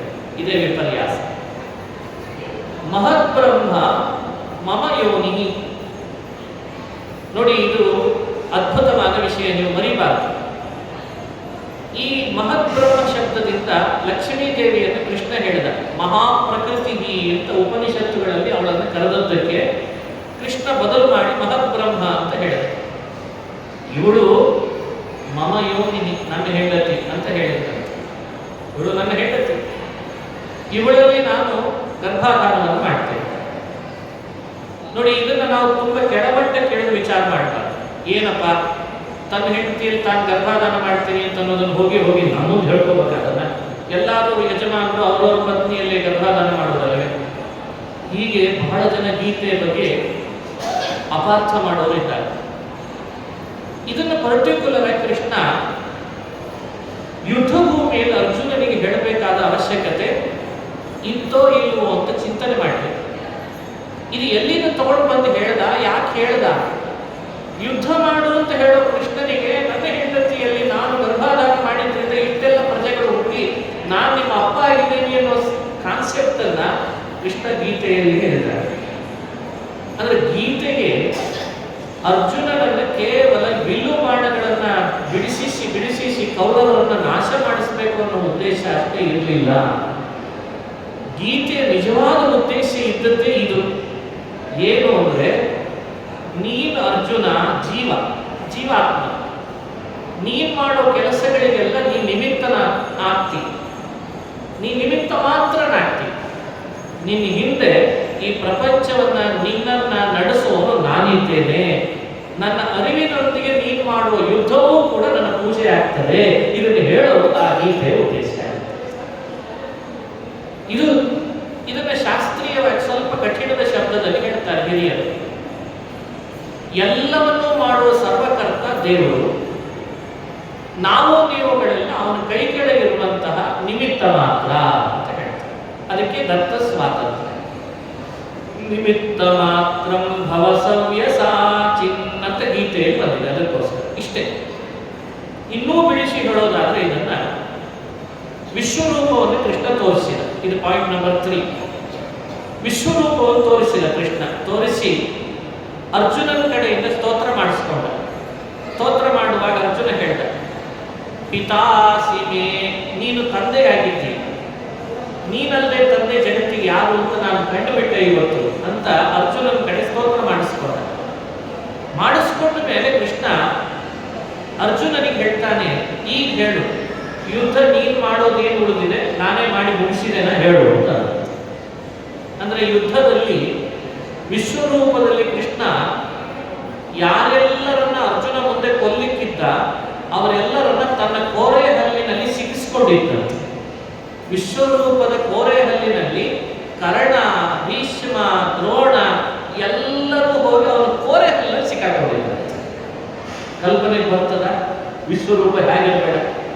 ಕೆಲವೊಮ್ಮೆ ನಮ್ಮ ಮನೆಯಲ್ಲಿ ಮಂಡಾಡಿ ತಿನ್ನುವಾಗ ಕೋರೆ ಹಲ್ಲಿನಲ್ಲಿ ಸಿಕ್ಕಾಕೊಂಡಿರ್ತದ ಅಲ್ಲ ಅಂಥೇಳಿ ಎಲ್ಲರೂ ಮಂಡಾಡಿ ತಿನ್ನುವ ವಿಷಯ ಹೇಳಿದ್ರಲ್ಲ ಆಚಾರ ಬೇಡ ಅಲ್ಲ. ಕೆಲವೊಮ್ಮೆ ಹೋಗಿ ಹಲ್ಲು ಕೋರೆ ಹಲ್ಲಲ್ಲಿ ಸಿಕ್ಕಾಕೋತ, ಇದೇನಾದರೂ ಬೇರೆ ವಸ್ತುಗಳು ತಿನ್ನುವಾಗ ಹಲ್ಲಲ್ಲಿ ಸಿಕ್ಕಾಕೊಂಡ್ಬಿಡ್ತದೆ. ಭಗವಂತ ವಿಶ್ವರೂಪ ತೋರಿಸಿದ್ರೆ ಎಲ್ಲ ಕೌರವರಲ್ಲಿರುವ ಮುಖಂಡರು ಆ ವಿಶ್ವರೂಪದ ಒಂದೊಂದು ಕೋರೆ ಹಲ್ಲಲ್ಲಿ ಸಿಕ್ಕಾಕೊಂಡಿದ್ರು. ದುರ್ಯೋಧನ, ದುಶ್ಯಾಸನ ಎಲ್ಲರೂ ಹೋಗಿ ಸೇರ್ಕೊಂಡಿದ್ರು. ಇದನ್ನೆಲ್ಲ ತೋರಿಸಿದ ಮೇಲೆ ಯುದ್ಧ ಇನ್ನೂ ನಡೆದೇ ಇಲ್ಲ. ಯುದ್ಧದ ಪ್ರಾರಂಭದ ದಿನ ಗೀತೆಯ ಉಪದೇಶ ಆಗ್ತಾ ಇದೆ. ವಿಶ್ವರೂಪ ನೋಡಿದ್ದಾನೆ. ಯುದ್ಧದಲ್ಲಿಂತ ಎಲ್ಲ ಕ್ಷತ್ರಿಯರು ಈಗಾಗಲೇ ಸಂಹಾರ ಆಯಿತು. ಹಾಗಾದ್ರೆ ಅರ್ಜುನನ ಕೆಲಸ ಏನು ಉಳಿತು? ಅರ್ಜುನ ಆಶ್ಚರ್ಯಪಟ್ಟ. ನಿನ್ನ ಕೆಲಸ ಏನು ಉಳಿತು ಹೇಳಿ, ನಿನ್ನ ಕೆಲಸ ಏನು ಉಳಿತು? ಏನಿಲ್ಲ ಅಂದ. ಏನಿಲ್ಲ ನನ್ನ ಕೆಲಸ ನೋಡಿದೀಯ, ಏನೂ ಇಲ್ಲ. ಆದರೂ ನಿನ್ನನ್ನು ನಿಲ್ಲಿಸಿದ್ದೇನೆ. ಯಾಕೆ ಅಂದ್ರೆ ಇಷ್ಟು ದಿನ ದ್ರೋಣಾಚಾರ್ಯ ಹತ್ರ ಏನೋ ಪಾಳಿ ಕಲಿತೆ ಅಂತಂದ್ರೆ ಅಲ್ಲ, ನಿನ್ನ ಗುರಿ ಸರಿ ಇದೆ ಅಲ್ಲೋ ಅಂತ ನೋಡ್ಕೋ ಅಂತ ನಿಲ್ಲಿಸಿದೆ. ಗುರಿ ಸರಿ ಇದೆ ಅಲ್ಲೋ ನೋಡು. ಭಾರಿ ಪ್ರವೀಣರಾಗಿರ್ತಾರೆ ಕೆಲವರು. ಅವರವರಿಗೆ ಅಂತ ಒಂದು ಒಳ್ಳೆ ಅವಕಾಶ ಕೊಟ್ಟರೆ ಅವ್ರ ಕಲೆ ವ್ಯಕ್ತ ಆಗ್ತದೆ. ಒಬ್ಬ ಸಂಗೀತದಲ್ಲಿ, ಒಬ್ಬ ಸಾಹಿತ್ಯದಲ್ಲಿ, ಒಬ್ಬ ಕವಿತೆಯಲ್ಲಿ, ಪ್ರವಚನದಲ್ಲಿ, ನಾಟ್ಯದಲ್ಲಿ, ಇನ್ನಿತರ ಆರ್ಟ್ಸ್ ಸಾಕಷ್ಟಿದ್ದಾವೆ ಕಲೆಗಳು. ಅವಕಾಶನೇ ಸಿಗದಿದ್ರೆ ಅವ್ರದ್ದು ವಿದ್ಯೆ ಯಾವಾಗ ಪ್ರಕಾಶಕ್ಕೆ ಬರೋದು? ಅದಕ್ಕೆ ಭಗವಂತ ದ್ರೋಣಾಚಾರ್ಯರೇನೋ ಧನುರ್ಧಾರಿಗಳಲ್ಲಿ ಮೊದಲಿಗೆ ಮಾಡಿದ್ದಾರೆ ಅರ್ಜುನನನ್ನ. ಆದರೆ ಅವನ ನಿಜವಾದ ಆ ಕರಕುಶಲತೆಗೆ ಒಂದು ರಂಗ ಸಿದ್ಧ ಆಗಬೇಕಲ್ಲ, ಅದನ್ನು ಮಾಡಿದ್ದೇನೆ. ಅದಕ್ಕೆ ನೀನು ಯುದ್ಧ ಮಾಡು.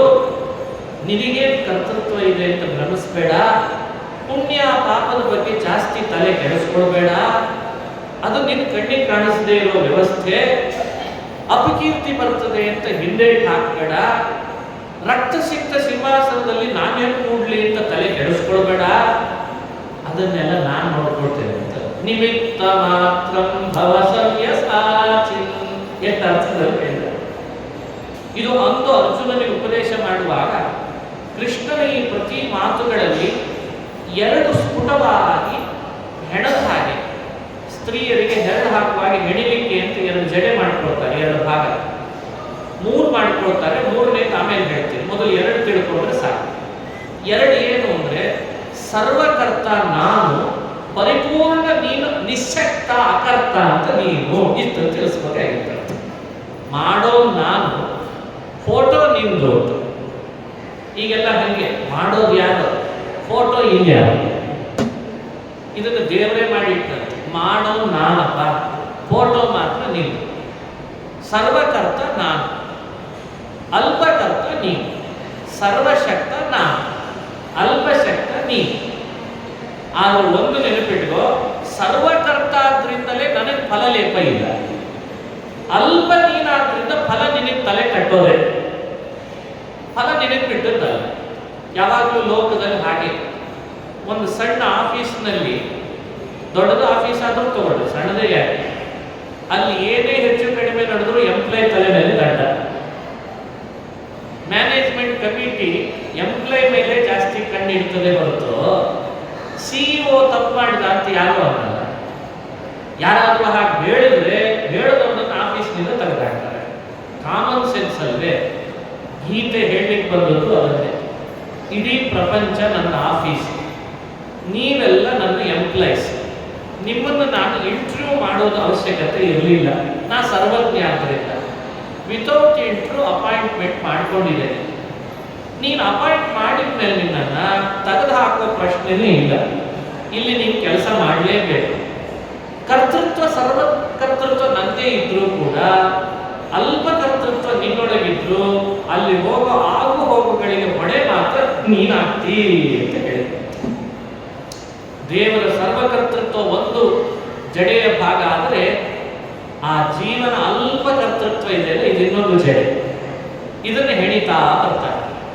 ಇದನ್ನು ಹೆಣೆಯುವಾಗ ಇನ್ನೊಂದು ಜಡೆ ಭಾಗ ಇನ್ನೊಂದು ತಗೊಂಡಂತೆ ಕೃಷ್ಣ. ಏನು ತಗೊಂಡ? ಎರಡು ಅಂಶ ತಗೊಂಡ. ಎರಡು ಅಂಶ ನಿಮಗೆ ನೆನಪಿರಬೇಕು. ಫಲದ ಆಸೆ ಇಲ್ಲದೆ ಮಾಡು, ಅಹಂಕಾರದ ಭಾವ ಇಲ್ಲದೆ ಮಾಡು. ಇದು ಮೂರನೇ ಜಡೆ ಭಾಗ. ಫಲದ ಆಸೆ ಮಾಡ್ಕೊಳ್ಳಿಕ್ಕೆ ಹೋಗ್ಬೇಕು. ಫಲದ ಆಸೆ ಮಾಡ್ಕೊಂಡಿ ಅಂದ್ರೆ ಎಲ್ಲ ನಾಶ ಆಗ್ತದೆ. ಫಲದ ಆಸೆ ಬಿಟ್ಟು ಯುದ್ಧ ಮಾಡು, ಪುಣ್ಯ ಪಾಪ ಬರದೇ ಇರೋ ನಾನು ನೋಡ್ಕೊಳ್ತೇನೆ.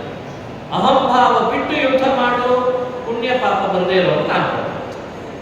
ಈ ಎರಡು ಮಾತ್ರ ಬಹಳ ಮುಖ್ಯವಾದದ್ದು ಗೀತೆಯಲ್ಲಿ ಕಂಡುಬರ್ತದೆ. ಹೀಗೆ ಭಗವದ್ಗೀತೆಯನ್ನು ನೀವು ಅನುಸಂಧಾನಕ್ಕೆ ತರಲಿಕ್ಕೆ ಹೊರಟ್ರೆ ಈ ಮೂರನ್ನ ಭಗವದ್ಗೀತೆ ಹೇಳಲಿಕ್ಕೆ ಹೊರಟಿದೆ. ಮೂರು ಜಡೆ ಹಾಕುವಾಗ ಮೂರು ಭಾಗ ತಗೊಂಡಂತೆ. ಒಂದು ಸರ್ವಕರ್ತೃತ್ವ, ಇನ್ನೊಂದು ಅಲ್ಪ ಜೀವನಿಗಿರುವ ಕರ್ತೃತ್ವ, ಫಲದ ಆಸೆಯನ್ನು ಬಿಟ್ಟು, ಅಹಂಭಾವ ಬಿಟ್ಟು ಸ್ವಧರ್ಮ ಮಾಡುವ ಅಂಶ. ಈ ಮೂರನ್ನು ಇಟ್ಟುಕೊಂಡು ಗೀತೆ ನಮಗೆ ಉಪದೇಶವನ್ನು ನೀಡಿದೆ. ಗೀತೆಯ ಸಾರ. ಇಲ್ಲೆಲ್ಲ ಕಡೆಯಲ್ಲೂ ಭಗವಂತನ ಪಾರಮ್ಯ ನಮಗೆ ಚಿಂತನೆ ಬರ್ತದೆ. ಆಗಲೇ ಹೇಳುವಾಗ ಒಂದು ಮಾತು ಹೇಳಿದ್ದೆ, ನೆನಪಿರಬೇಕದು. ತನ್ನ ಪತ್ನಿಯನ್ನ ತಾನೇ ಗರ್ಭಾಧಾನ ಮಾಡಿದ್ರಿಂದಲೇನೆ ನಾವೆಲ್ಲ ಹುಟ್ಟಿದ್ವಿ ಅಂತ. ಅವನಿಗೆ ತನ್ನ ಪತ್ನಿಯಲ್ಲಿ ತಾನು ಮಾಡೋ ಗರ್ಭಾಧಾನ ಮಾಡೋ ಹೇಳೋ ಉದ್ದೇಶ ಇರಲಿಲ್ಲ. ವಿಷಯ ಯಾಕೆ ಹೇಳ್ದ ಅಂತ ಕೇಳಿದ್ರಲ್ಲ ನಾವೆಲ್ಲ. ಯಾಕೆ ಹೇಳ್ದ ಅಂದ್ರೆ ಮಕ್ಕಳಿಗೆ ಅಪ್ಪ ಅಮ್ಮ ಯಾರು ಅಂತ ಪರಿಚಯಿಸ್ಲಿಕ್ಕೆ ಹೇಳ್ದ ಅಂತ ಅರ್ಥ. ಯೋಚಿಸಿದ್ರೆ ಬಹಳ ಗಂಭೀರ ಈ ವಿಷಯ. ಅಪ್ಪ ಅಮ್ಮ ಯಾರು ಅಂತ ಹೇಳಿ ಗೊತ್ತಿಲ್ಲದೆ ಇದ್ದವನು ಇನ್ಯಾವ ಅಧ್ಯಾತ್ಮದ ಅಪ್ಲಿಕೇಶನ್ನಲ್ಲಿ ತಂದೆ ತಾಯಿ ಅನ್ನೋ ಆಪ್ಷನ್ಗೆ ಉತ್ತರ ಬರಲಿಕ್ಕೆ ಸಾಧ್ಯ? ಸ್ಕೂಲ್ನಲ್ಲಿ ನಾವು ಹೋಗಿ ಅಡ್ಮಿಷನ್ ಮಾಡಿಸುವಾಗಲೇನೆ ಅವರು ಕೊಡೋ ಅಪ್ಲಿಕೇಶನ್ ಅಲ್ಲಿ ಹೆಸರು, ಪೂರ್ಣ ವಿಳಾಸ, ತಂದೆ ಹೆಸರು, ತಾಯಿ ಹೆಸರು ಎಲ್ಲ ಕೊಡ್ತಾರೋ ಇಲ್ಲೋ? ಹಂಗೆ ನಾವೆಲ್ಲ ಮುಂದೆ ನಮ್ಮ ಅಧ್ಯಾತ್ಮದ ಶಾಲೆಗೆ ಸೇರಬೇಕು. ಆ ಅಪ್ಲಿಕೇಶನ್ ನಲ್ಲಿ ನಿನ್ನ ಹೆಸರು ಅಂತ ಹಾಕ್ತಾನೆ, ಕೆಳಗಡೆ ನಮೂದಿಸ್ತಾರೆ ತಂದೆ ಹೆಸರು ಕೃಷ್ಣ, ತಾಯಿ ಹೆಸರು ಮಹಾಲಕ್ಷ್ಮಿ ಅಂತ ನಮೂದಿಸ್ಲಿ ಅಂತ ಕೃಷ್ಣ ತಾನೇ ತಂದೆ ಅನ್ನೋದನ್ನು ಹೇಳ್ತಾರೆ. ಇಷ್ಟು ಯಾರು ಹೇಳ್ತಾರೆ? ರಸ್ತೆಯಲ್ಲಿ ಹೋಗೋರು ಯಾರಾದ್ರೂ ನಾವು ನಿಮ್ಮ ಅಪ್ಪ ಅಂತ ಹೇಳಿ ನಮ್ಮ ಕೈ ಹಿಡ್ಕೊಂಡು ನಮ್ಮನ್ನು ಮನೆಗೆ ಕರ್ಕೊಂಡು ಹೋಗಿ ಸಾಕಿ ಸಲಹಿ ಅನುಗ್ರಹಿಸ್ತೇವೆ, ನಿಮ್ಮನ್ನು ಬಹಳ ಉದ್ಧಾರ ಮಾಡ್ತೀವಿ, ಏನ್ ಮಾಡ್ತಾರೆ? ಯಾರು ಮಾಡ್ತಾರೆ ಆ ಕೆಲಸ? ಯಾರು ಬೆಳೆಸ್ತಾರೆ? ಕೃಷ್ಣ ಹಾಗೆ ಹೇಳಿಲ್ಲ. ನಾನೇ ತಂದೆ, ಲಕ್ಷ್ಮಿನೇ ತಾಯಿ. ಈ ವಿಷಯವನ್ನು ಅದಕ್ಕಾಗೇ ಪ್ರಸ್ತುತಪಡಿಸಿದ. ಇದು ವೇದದಲ್ಲಿ ಬಂದ ವಿಷಯ. ಯೋನ ಪಿತಾ ಜನಿತ ಯೋ ವಿಧಾತ ನಾಮಾನಿ ವೇದ ಭುವನಾನಿ ವಿಶ್ವಾ ಯೋ ದೇವಾನಾಂ ನಾಮಧ ಏಕ ಏವ ತಂ ಸಂಪ್ರಶ್ನಂ ಭುವನಾಯತ್ಯನ್ಯಾ. ವೇದದಲ್ಲಿ ಹೇಳುತ್ತೆ ಯಥೋ ವಾಚೋ ನಿವರ್ತಂತೆ. ಎಂತೆಂಥ ಮಾತುಗಳು ಬರ್ತಾರೆ. ಎಲ್ಲ ಭಗವಂತನಿಂದಲೇ ಜನ್ಮ ಪಡೆದಿದೆ. ಸ್ಥಿರ ಚರ, ಚರ ಅಚರ ಎಲ್ಲವೂ ಭಗವಂತನಿಂದಲೇ ಜನ್ಮ ಪಡೆದಿದೆ. ಇದರಿಂದ ಪರಮಾತ್ಮ ಸ್ಪಷ್ಟಪಡಿಸ್ತಾ ಬಂದ ಭಗವಂತ ಏನ್ ಹೇಳಿದ? ನಾನ್ ತಂದೆ, ನಾನ್ ತಂದೆ. ಇಷ್ಟು ಹೇಳಿದರೂ ಕೂಡ ನಾವು ಅವನನ್ನ ತಂದೆ ಅಂತ ಆರಾಧಿಸದೆ ಹೋದ್ರೆ, ತಿಳಿದೇ ಹೋದ್ರೆ, ಅವನನ್ನ ಶರಣ ಹೋಗದೆ ಹೋದ್ರೆ ಈಗ ನಮ್ಮ ತಪ್ಪು ಅಂತ ಆಗ್ತದೋ ಅವನ ತಪ್ಪು ಅಂತ ಆಗ್ತದೋ. ಹಾಗಾಗಿ ಗೀತೆಯಲ್ಲಿ ಬಂದ ಪ್ರಮುಖ ವಿಷಯಗಳಲ್ಲಿ ಇದನ್ನು ನಾವು ಪ್ರಮುಖವಾಗಿ ಬಹಳ ಮುಖ್ಯವಾಗಿ ಯೋಚನೆ ಮಾಡಿ ತಿಳಿಬೇಕು. ಇದರಲ್ಲಿ ರಹಸ್ಯಗಳು ಬಹಳ ಇದ್ದಾವೆ. ಸ್ಥೂಲವಾಗಾದ್ರೂ ಚಿಂತಿಸ್ತಾ ಬಂದ್ರೆ ಸಾಕು. ಗೀತೆ ಅಂದ್ರೆ ಅದು ತಾಯಿಯ ಅಂತಃಕರಣದ ನುಡಿಗಳು. ಭಗವದ್ಗೀತೆ ತಾಯಿ ಯಾವಾಗಲೂ ದಾರಿ ತಪ್ಪುವ ಮಗನಿಗೆ ಎಷ್ಟು ಅಂತಃಕರಣದಿಂದ ದಾರಿ ತಪ್ಪದಂತೆ ನುಡಿಗಳಿಂದ, ಮಾತಿನಿಂದ ಹೇಗೆ ಹೇಳ್ತಾಳೆ? ಕೈ ತುತ್ತು ಹಾಕಿ ಉಪದೇಶ ಮಾಡ್ತಾಳೆ, ತೊಡೆ ಮೇಲೆ ಮಲಗಿಸಿಕೊಂಡು ಉಪದೇಶ ಮಾಡ್ತಾಳೆ, ತಟ್ಟಿ ತಟ್ಟಿ ತಟ್ಟಿ ತಟ್ಟಿ ಉಪದೇಶ ಮಾಡ್ತಾಳೆ, ಬೈದು ಹೇಳ್ತಾಳೆ, ಹೊಗಳಿ ಹೇಳ್ತಾಳೆ, ಊಟಕ್ಕೆ ಹಾಕಿ ಹೇಳ್ತಾಳೆ, ತಲೆಗೆ ಎಣ್ಣೆ ಹಚ್ಚಿ ಹೇಳ್ತಾಳೆ, ಎರೆದು ಹೇಳ್ತಾಳೆ, ಎರೆದು ಹೇಳ್ತಾಳೆ, ಬಟ್ಟೆ ಹಾಕಿ ಹೇಳ್ತಾಳೆ. ಒಬ್ಬಳು ತಾಯಿ ತನ್ನ ಮಗುವಿಗೆ ಎಷ್ಟೆಲ್ಲ ರೀತಿಯಿಂದ ಏಳಿಗೆಗೆ ಬರಬೇಕು ನನ್ನ ಮಗ ಅಂತ ಉಪದೇಶ ಮಾಡ್ತಾಳೋ ಅದಕ್ಕಿಂತಲೂ 100 ಪಟ್ಟು ಕೃಷ್ಣ ಪರಮಾತ್ಮ ಗೀತೆಯಲ್ಲಿ ತನ್ನ ಮಕ್ಕಳಿಗೆ ಉಪದೇಶ ಮಾಡ್ತಾರೆ. 100 ಪಟ್ಟು, 1000 ಪಟ್ಟು ಹೇಳಿದ್ರು. ಅಷ್ಟು ಉಪದೇಶ ಮಾಡ್ತಾರೆ ಭಗವಂತ. ಹೀಗಿರು, ಹೀಗಿರು, ಹೀಗಿರು ಅಂದ್ರೆ ನನಗೆ ಪ್ರೀತಿ ಆಗ್ತದೆ. ಆ ಮಾತುಗಳನ್ನು ಒಂದೆರಡು ಝಲಕ್ ನಿಮ್ಮ ಮುಂದೆ ನಾನು ತೋರಿಸ್ಲಿಕ್ಕೆ ಪ್ರಯತ್ನ ಪಡ್ತೀನಿ. ಇದು ಎಷ್ಟು ಅಂತಃಕರಣದಿಂದ ಕೃಷ್ಣ ಹೇಳಿದ. ಭಗವಂತನ ಕೆಲವು ಮಾತಿನ ಝಲಕನ್ನು ನೋಡಿ ಅಲ್ಲಿ ಅವನ ಪಾರಮ್ಯವನ್ನು ಕೃಷ್ಣ ಹೇಗೆ ವ್ಯಕ್ತಪಡಿಸ್ತಾನೆ. ಒಂದು ಮಾತು ಹೇಳ್ತಾನೆ ಕೃಷ್ಣ, ದೇವರಿಗೆ ನಿನಗೆ ಹೆಚ್ಚು ಪ್ರಿಯ ಯಾರು? ಹೆಚ್ಚು ಪ್ರಿಯ ಯಾರು? ಕೃಷ್ಣ ಸಹಜವಾಗಿ ಹೇಳ್ದ, ಪ್ರಿಯ ಯಾರು ಅಂತ ಅರ್ಜುನ ಕೇಳ್ತೀಯೋ ನೀನೇ ನನಗೆ ಪ್ರಿಯ ಅಂತ. ಪ್ರಿಯೋಸಿ ಮೇ ಸಖಾ ಚೇತಿ, ನೀನು ನನಗೆ ಪ್ರಿಯ ಅಂತ ಕೃಷ್ಣ ಅರ್ಜುನನಿಗೆ ಸಹಜ ಪ್ರಶ್ನೆ ಬರ್ತದೆ, ಕೃಷ್ಣ ನಾನು ಯಾಕೆ ನಿನಗೆ ಪ್ರಿಯ, ನನ್ನಲ್ಲಿ ಏನು ಅರ್ಥ ಅಂತಿದ್ದೆ ಅಂತ ನನ್ನನ್ನು ಪ್ರೀತಿಸ್ತಿ. ಕೃಷ್ಣ ಬಹಳ ಚೆನ್ನಾಗಿ ಉತ್ತರ ಕೊಡ್ತಾನೆ. ಕೃಷ್ಣನ ಮಾತಿನಲ್ಲಿ ನಿಮ್ಗೆ ಅದೊಂದು ಅಭಿಪ್ರಾಯ ಗೊತ್ತಾಗ್ತದೆ. ಏನೂ ತಿಳಿದಿಲ್ಲ ಅಂತ ನೀನು ತಿಳಿದಿದೆಯಲ್ಲ, ಅದಕ್ಕೆ ನೀನು ನನಗೆ ಪ್ರಿಯ ಅಂತ. ದೇವರಿಗೆ ಅದು ಬಹಳ ಪ್ರೀತಿ. ಕೆಲವರು ಹೇಗೆ ಇಂಟರ್ಪ್ರಿಟೇಟ್ ಮಾಡ್ತಾರೆ, ಬಹಳ ತಿಳಿದಿದೆಯಲ್ಲ ಅದಕ್ಕೆ ನೀನು ನನಗೆ ಪ್ರಿಯ ಅಂತ ಕೆಲವರು ಅಭಿಪ್ರಾಯ. ಆದ್ರೆ ಕೃಷ್ಣ ಹೇಳ್ತಾನೆ, ನೀ ನನ್ನ ಮುಂದೆ ನಿಂತು ತಿಳಿದವನಾಗಿಯೂ ಕೂಡ ನನಗೆ ತಿಳಿದಿಲ್ಲ ಅಂತಂದೆಲ್ಲ, ಅದಕ್ಕೆ ನೀನು ನನಗೆ ಪ್ರಿಯ ಅಂತ. It's A point. ಇದನ್ನ ಮನುಷ್ಯ ಅರ್ಥೈಸ್ಕೊಳ್ಳೋದು. ದೇವರಿಗೆ ತನ್ನನ್ನು ತಿಳಿದವರನ್ನು ಕಂಡ್ರೆ ಪ್ರೀತಿ ಜಾಸ್ತಿ. ಅದಕ್ಕಿಂತ ಮೇಲಿನ ಸ್ಟೆಪ್ ಏನು ಅಂದ್ರೆ, ತಿಳಿದು ಕೂಡ ಇನ್ನೂ ತಿಳಿಲಿಕ್ಕೆ ಆಗಿಲ್ಲ ಅಂತಾರಲ್ಲ, ಅವರನ್ನು ಕಂಡ್ರೆ ಭಗವಂತನಿಗೆ ಪ್ರೀತಿ ಜಾಸ್ತಿ. ಇದು ಪಾಯಿಂಟ್ ಗೀತೆಯಲ್ಲಿ ಒಂದು ಝಲಕಿನಲ್ಲಿ ಕೊಡ್ತಿದ್ದ. ಅರ್ಜುನ, ನೀ ನನ್ನ ತಿಳಿದವ, ನನ್ನಲ್ಲಿ ಭಕ್ತಿ ಮಾಡುವ, ನನ್ನ ಸಖ, ಆದರೂ ಕೂಡ ನೀನು ನನಗೇನು ತಿಳಿತಾ ಇಲ್ಲ ಕೃಷ್ಣ, ನನಗೊಂದು ದಾರಿ ತೋರಿಸು ಅಂತ ಶರಣ ಬಂದೆಲ್ಲ, ಅದಕ್ಕೆ ನೀನು ನನಗೆ ಪ್ರಿಯನಾಗಿ. ಶಾಧಿಮಾಂ ಅಂತ, ಶಾಧಿಮಾಂ, ನನಗೇನು ಮಾಡಬೇಕು ಅಂತ ತಿಳಿತಾ ಇಲ್ಲ. ಇದು ನೋಡಿ, ಮನುಷ್ಯನಿಗೆ ಬಹಳ ಮುಖ್ಯವಾದ ಅಂಶ. ಎಲ್ಲರ ಅರಿವು ನಮಗೆ ಆಗ್ತಾ ಆಗ್ತಾ ಒಂದು ಹಂತದಲ್ಲಿ ನಾವು ಬ್ಲಾಂಕ್ ಆಗ್ತೀವಿ. ಅದು ಯಾವಾಗ ಬೇಕಾದ್ರೂ ಆಗ್ಬೋದು ನಮ್ಮ ಜೀವನದೊಳಗೆ. ಈಗಲೇ ಆಗಬೇಕು, ಆಗಲೇ ಆಗಬೇಕು ಅಂತೇನಿಲ್ಲ. ಆ ಬ್ಲಾಂಕ್ ಆದ ಸ್ಥಿತಿಯಲ್ಲಿ ದೇವರಿಗೆ ಒಂದು ಶರಣ ಹೋಗುವ ಸಂದರ್ಭ ಬರ್ತದೆ. ಇದು ಫಿಸಿಕಲಿ ನಾನು ಹೇಳಲ್ಲ, ಮೆಂಟಲಿ ಶರಣ ಹೋಗ್ತೇವೆ. ನಮಗೆ ಗೊತ್ತಾಗದೆ ದೇವರಿಗೆ ಮೊರೆ ಹೋಗ್ಬಿಡ್ತೇವೆ. ಆ ಸ್ಥಿತಿಯನ್ನು ದೇವರೇ ಒಮ್ಮೆ ನಮಗೆ ಮಾಡಿರ್ತಾನೆ. ಹಾಗೆ ಪರೀಕ್ಷೆ ಮಾಡಿ, ನಿಮ್ಮ ಬದುಕಿನಲ್ಲಿ ಈ ಥರದೊಂದು ಸ್ಥಿತಿಗಳು ನಿಮ್ಗೆ ಬಂದಿರ್ತದೆ. ಎಷ್ಟು ಅಂದ್ರೆ ಅದನ್ನು ಇನ್ನೊಬ್ಬರ ಮುಂದೆ ಹೇಳಲಿಕ್ಕಾಗಿರಲ್ಲ, ಒಳಗಡೆ ನಾವು ಅದನ್ನು ಅನುಭವಿಸಲಿಕ್ಕೆ ಸಾಧ್ಯ ಇರಲ್ಲ. ಮತ್ತೆ ಏನೂ ಗೊತ್ತಿಲ್ಲ ಅಂತಿಲ್ಲ, ಎಲ್ಲ ಗೊತ್ತಿದೆ ಅಂತಿಲ್ಲ. ಆದ್ರೆ ಒಂದು ಸ್ಥಿತಿಯನ್ನು ನಮಗೆ ತಲುಪಿಸ್ತಾನೆ ನಮ್ಮ ಜೀವನದೊಳಗೆ. ಆವಾಗ ಈ ವ್ಯಕ್ತಿ ಸರ್ವವನ್ನು ಬಿಟ್ಟು ದೇವರಿಗೆ ಒಳಗಡೆಯಿಂದ ಶರಣ ಹೋಗ್ಬಿಡ್ತಾನೆ. ಮುಗೀತು, ನನ್ನ ಸ್ಥಿತಿ ಮುಗೀತು, ನನಗೆ ನೀನು ನಿರ್ಧಾರ ತಗೊಳ್ಳಿಕ್ಕೆ ಮಾಡಲಿಕ್ಕೆ ಆಗಲ್ಲ, ಇನ್ನು ಏನಿದ್ರು ಅವನೊಬ್ಬನೇ ಹೋಗ್ತಾನಲ್ಲ. ದೇವರಿಗೆ ಅಂಥವನ್ನು ಕಂಡು ಬಹಳ ಎಲ್ಲ ಅನುಭವಿಸಿ ಇನ್ನೇನು ನನ್ನ ಕಡೆಯಿಂದ ಸಾಧ್ಯ ಇಲ್ಲ ಅಂತ ಹೇಳಿ ಎಲ್ಲ ಕೈ ಚೆಲ್ಲಿ ನನ್ನ ಮುಂದೆ ಬಂದಲ್ಲ, ಎಲ್ಲ ತಿಳಿದು ನಾನೊಬ್ಬನೇ ಅಂತ ಬಂದಲ್ಲ, ಇವು ನನಗೆ ಪ್ರಿಯ ಅಂತ. ಇದನ್ನೇ ಒಂದು ಮಾತಿನಲ್ಲಿ ಹೇಳ್ತಾನೆ. ಇದು ಝಲಕ್.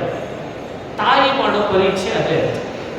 ಮಗುವಿಗೆ ಒಂದು ಏನೋ ಬೇಕಾಗಿರ್ತದೆ, ಅದನ್ನು ಅವಳು ಮಾಡಿರ್ತಾಳೆ. ಆದರೆ ಸ್ವಲ್ಪ ಎತ್ತರದ ಮಹಡಿ ಮೇಲೆ ಅದನ್ನು ಇಟ್ಟಿರ್ತಾಳೆ ಡಬ್ಬಿಯಲ್ಲಿ. ಮಗುವಿಗೆ ಕೊಡಬಾರ್ದು ಅಂತ ತಾಯಿಗೆ ಮಾಡಿದ್ದೇ ಮಗುವಿನ ಸಲುವಾಗಿ. ಆದರೆ ಕೂಡಲೇ ಕೊಡಲ್ಲ. ಮಗು ಮನೆ ತುಂಬ ಹುಡುಕ್ತದೆ. ಕೊನೆಗೆ ಸಿಗಲಿಲ್ಲ ಅಂತಾದಾಗ ಕೈ ಚೆಲ್ಲಿ ಅಮ್ಮನ ಕಾಲಿನ ಹತ್ರ ಬಂದು ಗಟ್ಟಿ ಹಿಡ್ಕೊಂಡು, ಅಮ್ಮ ನನಗೆ ಸಿಗಲಿಲ್ಲ ಅಂತ ಕಣ್ಣೀರು ಹಾಕಿದ ಕೂಡಲೇ ಅಮ್ಮ ಕೂಡಲೇ ಎತ್ತಿ ತೆಗೆದು ಅದನ್ನು ಕೊಟ್ಬಿಡ್ತಾರೆ ತಾನೇ ತಾಯಿಲಿ. ಒಂದು ಜನ್ಮದಲ್ಲಿ ನಮ್ಮಮ್ಮ ತನಸ್ಕೊಂಡವಳೆ ನಮ್ಮ ಬಗ್ಗೆ ಇಷ್ಟು ವಾತ್ಸಲ್ಯ ತೋರಿಸ್ತಾಳೆ. ಅನಾದಿ ಜನ್ಮದಿಂದ ನಿಮ್ಮ ಅಪ್ಪನೋ ನಿಮ್ಮ ಅಮ್ಮನೋ ಅಂತ ಹೇಳಿ ಕರಳು ಬಳ್ಳಿನೇ ಕತ್ತರಿಸ್ಕೊಳ್ಳದೆ ಇರುವ ಆ ಭಗವಂತ ನಮ್ಮನ್ನೆಲ್ಲ ಇದೇ ಪರೀಕ್ಷೆ ಮಾಡ್ತಿದ್ದಾನೆ. ಇದೇ ಭಗವದ್ಗೀತೆ.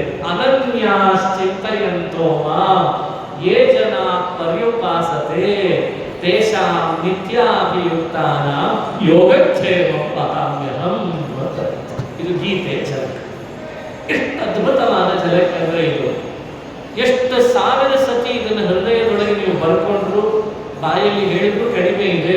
ದೇವರು ನಮ್ಮ ಬಗ್ಗೆ ಎಷ್ಟು ಮಾತಾಡಿದ್ದಲ್ಲ, ಎಂಥ ಮಾತಾಡಿದ್ದಲ್ಲ, ಎಷ್ಟು ಯೋಚನೆ ಮಾಡ್ತಿದ್ದಾನಲ್ಲ, ಅವ ನಮ್ಮನ್ನು ದಾರಿಗೆ ತರಬೇಕು ಅಂತ ಎಷ್ಟು ಆಲೋಚನೆ ಮಾಡ್ತಾನಲ್ಲ ಅಂತ ಅನಿಸ್ತದೆ. ಅನನ್ಯಾಶ್ಚಿಂತಯಂತೋ ಮಾಂ, ಎಷ್ಟು ಅರ್ಥ ಇದೆ ಈ ಮಾತಲ್ಲಿ. ಮಯ್ಯನನ್ನೇನ ಭಾವೇನ ಭಕ್ತಿಂ ಕುರ್ವಂತಿ ಯೇ ದೃಢ. ಎಂತೆಂಥ ಮಾತುಗಳು. ಮಾಮೇವ ಯೇ ಪ್ರಪದ್ಯಂತೆ, ಎಂಥ ಮಾತು ಈ ಮಾತುಗಳು. ಎಲ್ಲ ಮಾತುಗಳಲ್ಲಿಯೂ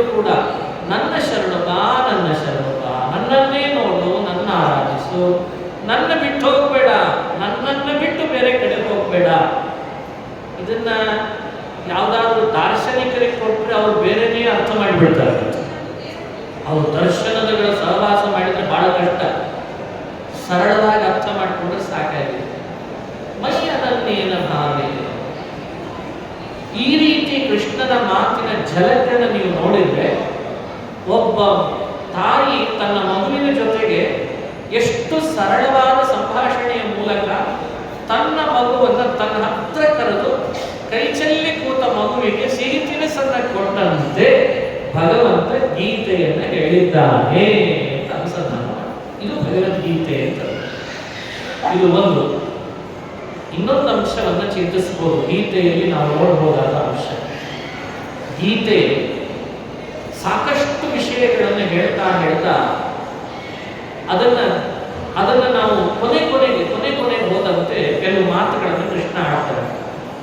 ಇಷ್ಟೆಲ್ಲ ಹೇಳಿದ್ದಲ್ಲಪ್ಪ, ಇಷ್ಟೆಲ್ಲ ಅರಿವು ಬಂತಲ್ಲ ನಿನಗೆ, ಈಗ ಯುದ್ಧ ಮಾಡು ಅಂತ ಅಲ್ಲಿಲ್ಲ. ಯಾಕಂದ್ರೆ ಯುದ್ಧ ಬಿಟ್ಬಿಡು, ಹೋಗ್ಬಿಡೋಣ, ರಥ ತಗೊಂಡು ತಿರುಗಿಸ್ಕೊಂಡು ಹೋಗ್ಬಿಡೋಣ ಅಂತ ಯಾವ್ದಾದ್ರು ಉದ್ಯಾನವನಕ್ಕೆ ವಿಹಾರ ಮಾಡ್ಕೊಂಡು ಬಂದ್ಬಿಡೋಣ, ಹಂಗೂ ಮಾಡಲಿಲ್ಲ. ರಥ ಹಿಂದೆ ತಿರುಗಿಸ್ಲಿಲ್ಲ. ಯುದ್ಧ ಮಾಡುವಂತ ಬಾಯಲ್ಲಿ ಕೊನೆಗೆ ಹೇಳಿಲ್ಲ. ಪ್ರಾಥಮಿಕ ಹಂತದಲ್ಲಿ ಕೃಷ್ಣ ಯುದ್ಧ ಮಾಡುವಂತ ಎಷ್ಟು ರಭಸದಲ್ಲಿ ಹೇಳಿದ್ದಾನೆ, ಕೊನೆಗೆ ಕೃಷ್ಣನ ಧ್ವನಿ ಯುದ್ಧ ಮಾಡುವ ರಭಸ ಇಲ್ಲ. ಕೊನೆಗೆ ಏನಾಗಿದೆ ಗೀತೆಯಲ್ಲಿ ಹೋಗ್ತಾ ಕೊನೆ ಮಾತು, ಇಷ್ಟೆಲ್ಲ ಹೇಳಿದ್ನೆಲ್ಲ ಯಥೇಚ್ಛಸಿ ತಥಾಪು. ನೋಡಿ, ಟು ದಿ ಪಾಯಿಂಟ್ ನಿಮ್ಗೆ ಹೇಳ್ತೇನೆ.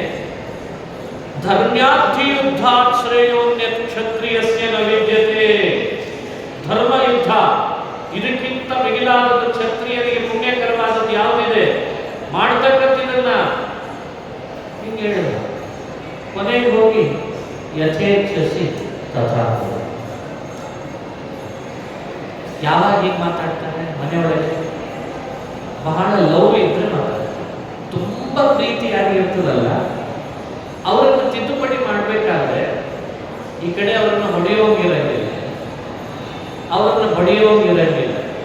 ಬಡಿಯಂಗಿಲ್ಲ, ಕೆಲಸ ಮಾಡಿಸ್ಬೇಕಾಗ್ಯದ, ಮನೆ ಬಿಟ್ಟು ಹೊರಗೆ ಹಾಕಂಗಿಲ್ಲ, ಅವರನ್ನ ಬಿಟ್ಟು ಕಸ್ಕೊಂಡು ಹೋಗತ್ತ ಕಡೆ ಕಡ್ಕೊಂಡು ನಾವು ದೂರ ಹೋಗೋಂಗಿಲ್ಲ.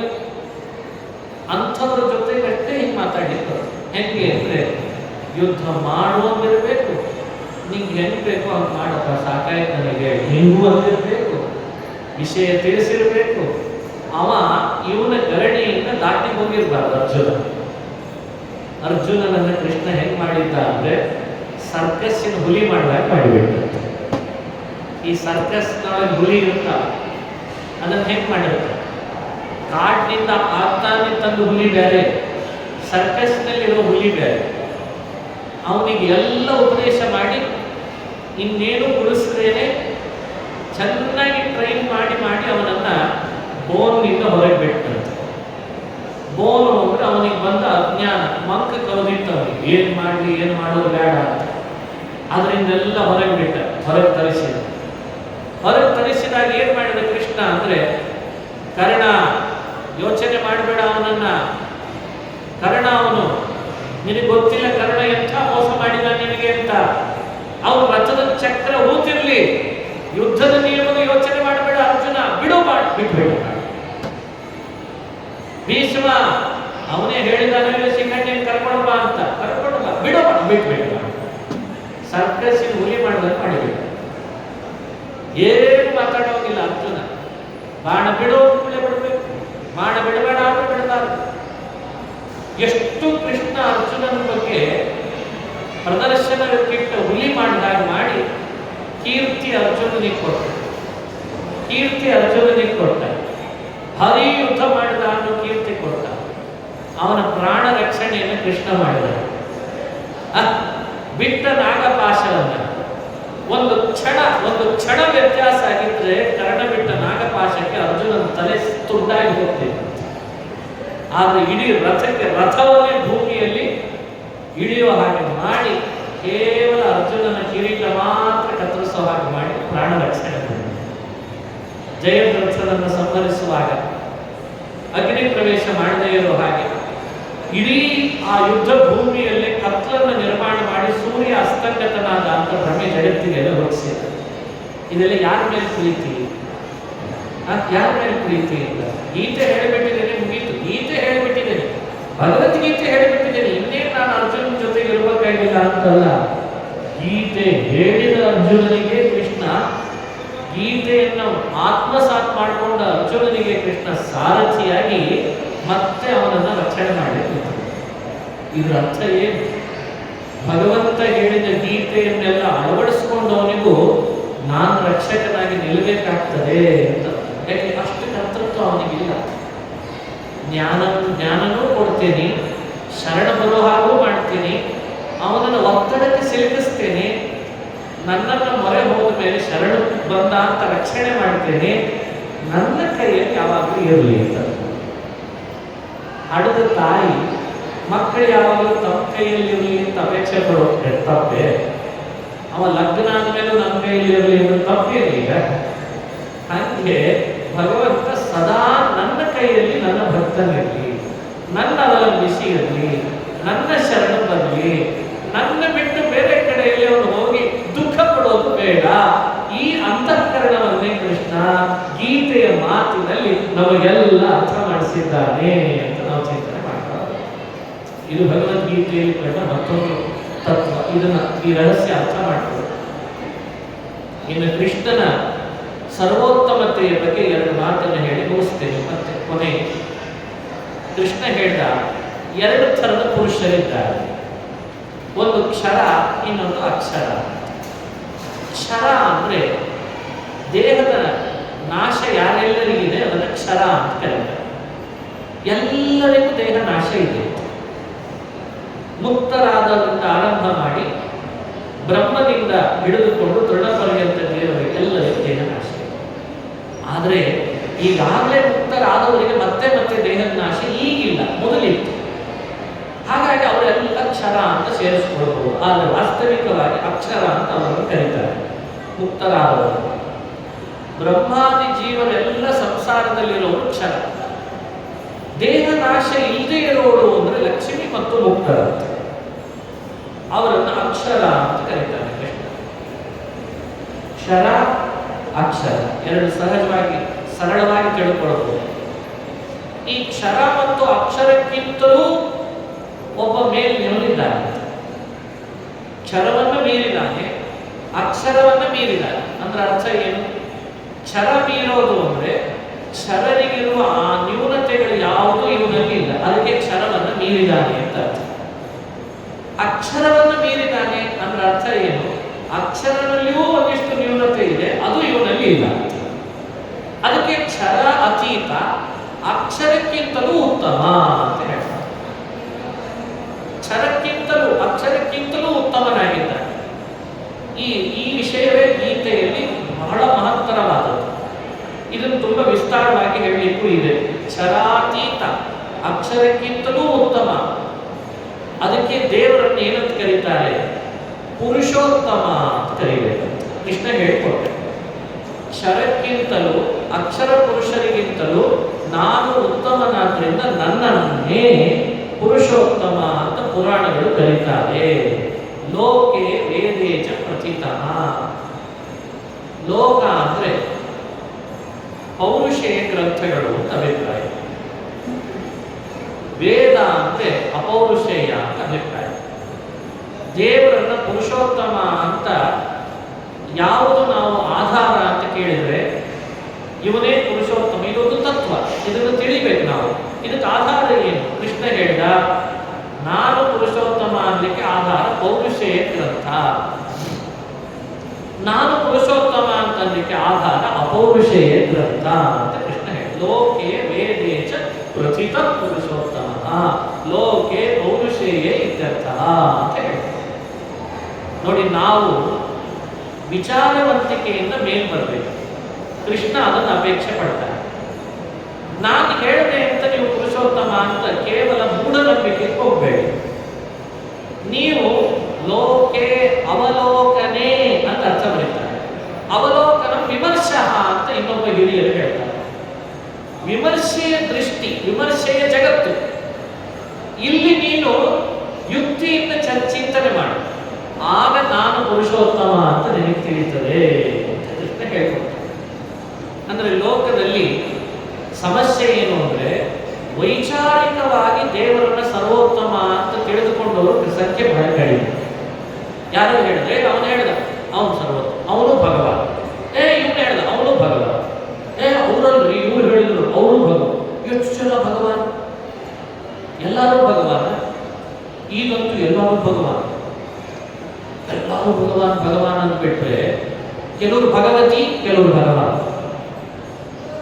ಹಿಂಗೆ ಭಗವತಿ ಭಗವಾನ್ ಎಲ್ಲರೂ ಹಾಕೊಳ್ಳಿಕ್ಕೆ ಶುರು ಮಾಡಿಬಿಟ್ರೆ ಅವ ನಿಜವಾದವನು ಇಲ್ಲಿಂದ ನಗದಿರ್ತಾನೆ. ನೋಡು, ಇವು ಏನು ಹುಚ್ಚುಗಳಿದ್ದಾವೆ, ಭಗವಾನ್ ನಾನೇ ಇದ್ದೇನೆ, ನನ್ನ ಹೆಸರು ತಗೊಂಡು ತಾವೆಲ್ಲ ನೆರವೇರಿಸಿ ಶುರು ಮಾಡಿದ್ರಲ್ಲ ಅಂತ ಎಷ್ಟು ನಗು ಬರ್ತದೆ. ಅದಕ್ಕೆ ಕೃಷ್ಣನಿಗೆ ಅರ್ಜುನನನ್ನ ಹೇಗೆ ಟ್ರೈನ್ ಮಾಡಬೇಕು ಅನ್ನಿಸ್ತು ಅಂದ್ರೆ, ಯುದ್ಧ ಭೂಮಿಯಲ್ಲಿ ಇದ್ರೂ ಕೂಡ ಅವನಿಗೆ ವಿಚಾರವಂತಿಕೆಯನ್ನು ಕೊಟ್ಟು ಅವರನ್ನ ಮೇಲೆ ಎತ್ತಿದ್ದಂತೆ ಭಗವಂತ. ಮೇಲೆ ಬಾ ಅಂತ ಹೇಳ. ಎಲ್ಲ ಪ್ರಶ್ನೆಗಳಿಗೆ ಹಾಗಾಗಿ ನೇರ ಉತ್ತರ ಕೃಷ್ಣ ಯಾವುದಕ್ಕೂ ಕೊಡಲಿಲ್ಲ. ಎಲ್ಲದಕ್ಕೂ ಬಳಸು ದಾರಿಯಲ್ಲಿ ಉತ್ತರ ಕೊಟ್ಟ ಕೃಷ್ಣ. ಸುಮ್ಮನೆ ಒಂದು ಸಣ್ಣ ಉದಾಹರಣೆ ಕೊಟ್ಟು ಮುಗಿಸ್ತೇನೆ. ಕೃಷ್ಣನಿಗೆ ಅರ್ಜುನ ಒಂದು ಪ್ರಶ್ನೆ ಕೇಳಿದ, ನಾನು ನಮ್ಮ ಗುರುಗಳು ತಂದೆ ಸಮಾನ, ಚಿಕ್ಕಪ್ಪ ದೊಡ್ಡಪ್ಪ ಅಣ್ಣ ತಮ್ಮ ಎಲ್ಲರನ್ನ ಕೊಂದ್ರೆ ನನಗೆ ಅಪಕೀರ್ತಿ ಬರ್ತದೆ, ಹಾಗಾಗಿ ನಾನು ಯಾರನ್ನು ಕೊಲ್ಲಲ್ಲ, ಅಪಕೀರ್ತಿ ಬರಬಾರ್ದಲ್ವೇ? ಸಂಭಾವಿತಸ್ಯ ಚ ಅಪಕೀರ್ತಿ ಮರಣಾದಶಿರಿಚ, ನನಗೆ ಅಪಕೀರ್ತಿ ಬರಬಾರ್ದು, ನಾನು ಯುದ್ಧ ಭೂಮಿಯಲ್ಲಿ ಬಂಧುಗಳನ್ನು ಕೊಂದೆ ಅನ್ನೋ ಅಪಕೀರ್ತಿ ಬರಬಾರ್ದು, ಅದಕ್ಕೆ ನಾನು ಯುದ್ಧ ಮಾಡಲಾರೆ, ಯುದ್ಧದಿಂದ ನಿವೃತ್ತಿ ಆಗ್ತೇನೆ ಅಂತ ಅರ್ಜುನನ ಪ್ರಶ್ನೆ. ಕೃಷ್ಣನ ಉತ್ತರ ಹೆಂಗಿತ್ತು? ಉತ್ತರ ಎಲ್ಲಿ ಕೊಟ್ಟಿದ್ದಾನೆ? ನೀವು ಗೀತೆಯಲ್ಲಿ ಹುಡುಕ್ಬೇಕು, ಲೋಕೆ ಅವಲೋಕನ ಮಾಡಬೇಕು ಅಂತ. ಕೃಷ್ಣ ಹೇಗೆ ಉತ್ತರ ಕೊಟ್ಟ ಆ ಪ್ರಶ್ನೆಗೆ?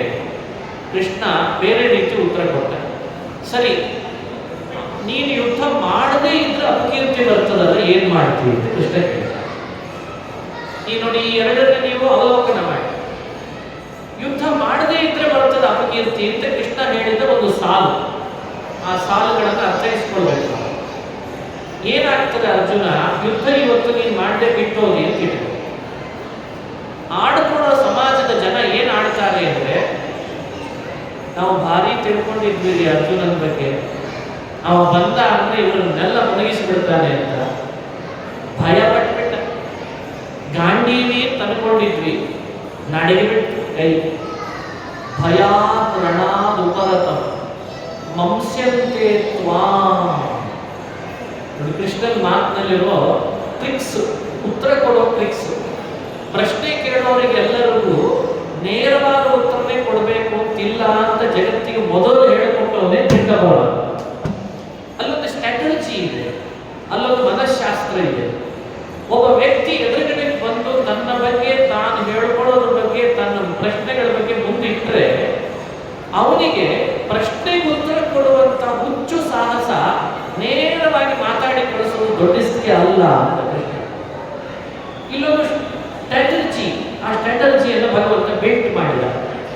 ಎಲ್ಲಾ ಪ್ರಶ್ನೆಗಳಿಗೂ ನೇರ ಉತ್ತರ ಕೊಡೋ ಹಾಗಿಲ್ಲ ಅಂತ. ಕೆಲವುದಕ್ಕೆ ನೇರ ಉತ್ತರ, ಕೆಲವುದಕ್ಕೆ ಬಳಸಿದಾರಿಯಲ್ಲಿ ಉತ್ತರ. ಅದಕ್ಕೆ ಕೃಷ್ಣ ಏನ್ ಮಾಡಿಬಿಟ್ಟ, ಸ್ಪಷ್ಟವಾಗಿ ಹೇಳಿದ, ನೋಡು, ನಾನು ನೀನೇ ಹೇಳಿದಂತೆ ನಿನಗೆ ಬರೋ ಅಪಕೀರ್ತಿ ಒಂದು ರೀತಿಯಾಗಿ ನೀನು ಎಕ್ಸ್ಪ್ಲೇನ್ ಮಾಡಿ, ನಾನು ಮತ್ತೊಂದು ರೀತಿಯಾದ ಅಪಕೀರ್ತಿಯನ್ನು ಎಕ್ಸ್ಪ್ಲೇನ್ ಮಾಡ್ತೀನಿ. ಯುದ್ಧ ಬಿಟ್ಟೋದ್ರೆ ಅಪಕೀರ್ತಿ ಬರ್ತದಲ್ಲ, ಏನ್ ಮಾಡ್ತೀನಿ ಅಂತ ಹೇಳಿ. ಇದೇನು ವಿಚಿತ್ರ ಆಯ್ತು. ಅದು ಆ ಯೋಚನೆ ಅರ್ಜುನನಿಗೆ ಬಂದಿರಲಿಲ್ಲ. ಭಾರೀ ನಿನ್ನ ಬಗ್ಗೆ ಭಾರೀ ಮಹತ್ವವನ್ನು ಇಟ್ಟುಕೊಂಡವರೆಲ್ಲ ಪಲಾಯನ ಮಾಡಿದ ಅಂತ ಹೇಳಿಬಿಡ್ತಾರೆ. ನೀ ಪಲಾಯನ ಮಾಡಿ ಅಂತ ಅನಿಸ್ಕೊಳ್ಬೇಕಾ? ಹಾಗಾದ್ರೆ ಯುದ್ಧ ಬಿಡು ಅಂತ. ಆ ಅಪಕೀರ್ತಿ ನಿನಗೆ ಬರ್ತದಲ್ಲ, ಏನ್ ಮಾಡ್ತೀನಿ? ಅವಾಗ ಅರ್ಜುನನಿಗೆ ಮಾತಿಗೆ ಉತ್ತರ ಕೊಡ್ಬೇಕು. ನೋಡಿ, ಇದೆಲ್ಲ ಕೃಷ್ಣ ಗೀತೆಯಲ್ಲಿ ಮಾಡಿದ ವಿಚಿತ್ರವಾದಂತಹ ಪ್ರಶ್ನೋತ್ತರದ ಒಂದು ಪದ್ಧತಿ. ಈ ಥರದ ಪ್ರಶ್ನೋತ್ತರಗಳನ್ನು ಮಾಡಿ ಕೃಷ್ಣ ಏನು ಅಪೇಕ್ಷೆ ಪಡ್ತಾನೆ ಅಂದ್ರೆ, ಹಿಂಗೆ ನಿನ್ನ ಜಿಜ್ಞಾಸೆ ಎತ್ತರ ಜಾಸ್ತಿ ಆದ ಹಾಗೆ ನಾನು ಪುರುಷೋತ್ತಮ ಅಂತ ತಿಳಿಲಿಕ್ಕಾಗ್ತದೆ. ಅದನ್ನ ಗೀತೆಯಲ್ಲಿ ತಿಳಿಸ್ತಾನೆ. ಹೇಳಿಸ್ತಾ ಬಂದ. ಮಹತಃ ಪರಂ ಅವ್ಯಕ್ತಂ ಅವ್ಯಕ್ತಾತ್ ಪರಮುಚ್ಯತೆ. ನೋಡಿ, ಇದನ್ನೇ ಕೃಷ್ಣ ಹೇಳಿ. ಇಲ್ಲೊಂದು ಸ್ತರ ಇದೆ, ಅದಕ್ಕಿಂತ ಎತ್ತರ, ಅದಕ್ಕಿಂತ ಎತ್ತರ, ಅದಕ್ಕಿಂತ ಎತ್ತರ. ನನ್ನ ತನಕ ಬಂದ ಮೇಲೆ ಮತ್ತೆ ಇನ್ಯಾರು ಎತ್ತರ ಅಂತ ಇಲ್ಲ. ಇದನ್ನ ತಿಳಿ. ಇದು ಲೋಕೆ ವೇದೇ ಚ ಪ್ರಥಿತ ಪುರುಷೋತ್ತಮ. ಈ ಭಗವಂತನ ಪಾರಮ್ಯವನ್ನ ಅತ್ಯದ್ಭುತವಾದ ರೀತಿಯಲ್ಲಿ ವೈಚಾರಿಕವಾದ ಹಿನ್ನೆಲೆಯಲ್ಲಿ, ಯಾಕಂದ್ರೆ ನಾವು ನೀವು ಎಲ್ಲ ಧನಾತ್ಮಕ ಚಿಂತನೆ ಮಾಡಬೇಕು, ಮೌಲ್ಯಯುತವಾದ ಚಿಂತನೆ ಆಗಬೇಕು.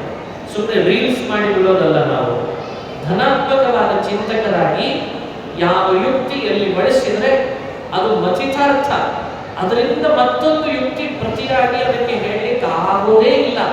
ಅಂಥ ಯುಕ್ತಿಗಳನ್ನು ಕೃಷ್ಣ ಹೇಳಿ ತನ್ನ ಸರ್ವೋತ್ತಮತ್ವವನ್ನು ಭಗವದ್ಗೀತೆಯಲ್ಲಿ ಸಾರಿ ಸಾರಿ ಹೇಳಿದ್ದಾನೆ. ಇದು ಗೀತೆ. ಯತ್ರ ಯೋಗೇಶ್ವರ ಕೃಷ್ಣ ಯತ್ರ ಪಾರ್ಥೋ ಧನುರ್ಧರಃ ತತ್ರ ಶ್ರೀ ವಿಜಯೋಭೂತಿ ಧ್ರುವಾನಿರ್ಮಮ ಅಂತ ಗೀತೆಯಲ್ಲಿ ಬಂದ ಸರ್ವೋತ್ತಮತೆಯ ವಿಷಯವನ್ನು ಕುರಿತು ನನ್ನನ್ನು ಪ್ರವಚನಕ್ಕೆ ಅಂತ ಬರಮಾಡಿಕೊಂಡು ಹೇಳಲಿಕ್ಕೆ, ಅದಕ್ಕಾಗಿ 4 ಮಾತನ್ನು ನಿಮ್ಮ ಜೊತೆಯಲ್ಲಿ ಸಮಯಕ್ಕೆ ಅನುಗುಣವಾಗಿ ಹಂಚಿಕೊಂಡಿದ್ದೇನೆ. ಒಂದು 5 ನಿಮಿಷ ಹೆಚ್ಚು ತಗೊಂಡೆ. ಇವತ್ತು ಪ್ರಾರಂಭವೂ ಕೂಡ ತಡವಾಗಿ ಮಾಡಿದೆ. ಹೆಚ್ಚು ತಗೊಂಡಿದ್ದಕ್ಕೆ, ತಡ ಪ್ರಾರಂಭ ಮಾಡಿದ್ದಕ್ಕೆ ಕ್ಷಮೆಯನ್ನು ಕೂಡ ಕೇಳ್ತಾ, ಈ ಪ್ರವಚನದ ಜ್ಞಾನ ಯಜ್ಞದಲ್ಲಿ ನನ್ನೂ ಕರೆಸಿ ರಾಯರ ಮುಂದೆ 4 ನುಡಿಗಳನ್ನು ಒಪ್ಪಿಸುವಂತೆ ಮಾಡಿದ ಪರಮ ಪೂಜ್ಯ ಸುಬುಧೇಂದ್ರ ತೀರ್ಥ ಶ್ರೀಪಾದಗಳವರನ್ನ ಪ್ರಸ್ತುತ ಪೀಠಾಧಿಪತಿಗಳನ್ನು ಭಕ್ತಿಪೂರ್ವಕವಾಗಿ ನಮಸ್ಕರಿಸಿ ಧನ್ಯವಾದಗಳನ್ನು ಮತ್ತೊಮ್ಮೆ ಅರ್ಪಿಸಿ, ಈ ಕಾರ್ಯದೊಳಗೆ ಯೋಜಿಸಿದ ನಮ್ಮ ಪಂಡಿತ ಮಂಚಾಲಿಯವರನ್ನು ಕೂಡ ನಮಸ್ಕರಿಸಿ ಧನ್ಯವಾದ ಸಲ್ಲಿಸಿ, ಇವತ್ತಿನ ಪ್ರವಚನದ ಕಾರ್ಯದಲ್ಲಿ ನಮ್ಮ ಗುಡೇಕೊಲ್ಲೂರು ವೆಂಕಟ ನರಸಿಂಹಾಚಾರ್ಯರು ಭಾಗವಹಿಸಿದ್ದಾರೆ. ಅವರಿಗೂ ಕೂಡ ನಾನು ಭಕ್ತಿಪೂರ್ವಕ ನಮಸ್ಕಾರಗಳನ್ನು ಸಲ್ಲಿಸಿ, ಇಂಥ ವೈಚಾರಿಕ ವಿಚಾರಯುತವಾದ ಸಂದೇಶಗಳು, ಚಿಂತನೆಗಳು ನಡೆದರೆ ನಿಜವಾಗ್ಲೂ ಮಂತ್ರಾಲಯ ಪ್ರಭುಗಳು ನಮ್ಮನ್ನ ಅನುಗ್ರಹಿಸುತ್ತಾರೆ, ಅದರಲ್ಲಿ ಸಂಶಯನೇ ಇಲ್ಲ ಅಂತ ಹೇಳ್ತಾ, ಈ ಕಾರ್ಯದೊಳಗೆ ನೀವೆಲ್ಲ ಭಾಗವಹಿಸಿದ್ರಿ. ನಿಮಗೂ ಹಾಗೂ ನನಗೂ ಕೂಡ ಮಂತ್ರಾಲಯ ರಾಯರ ಅನುಗ್ರಹವಾಗಲಿ ಅಂತ ಶ್ರೀಕೃಷ್ಣ ಅರ್ಪಣಮಸ್ತು. ಹರಯೇ ನಮಃ, ಹರಯೇ ನಮಃ, ಹರಯೇ ನಮಃ.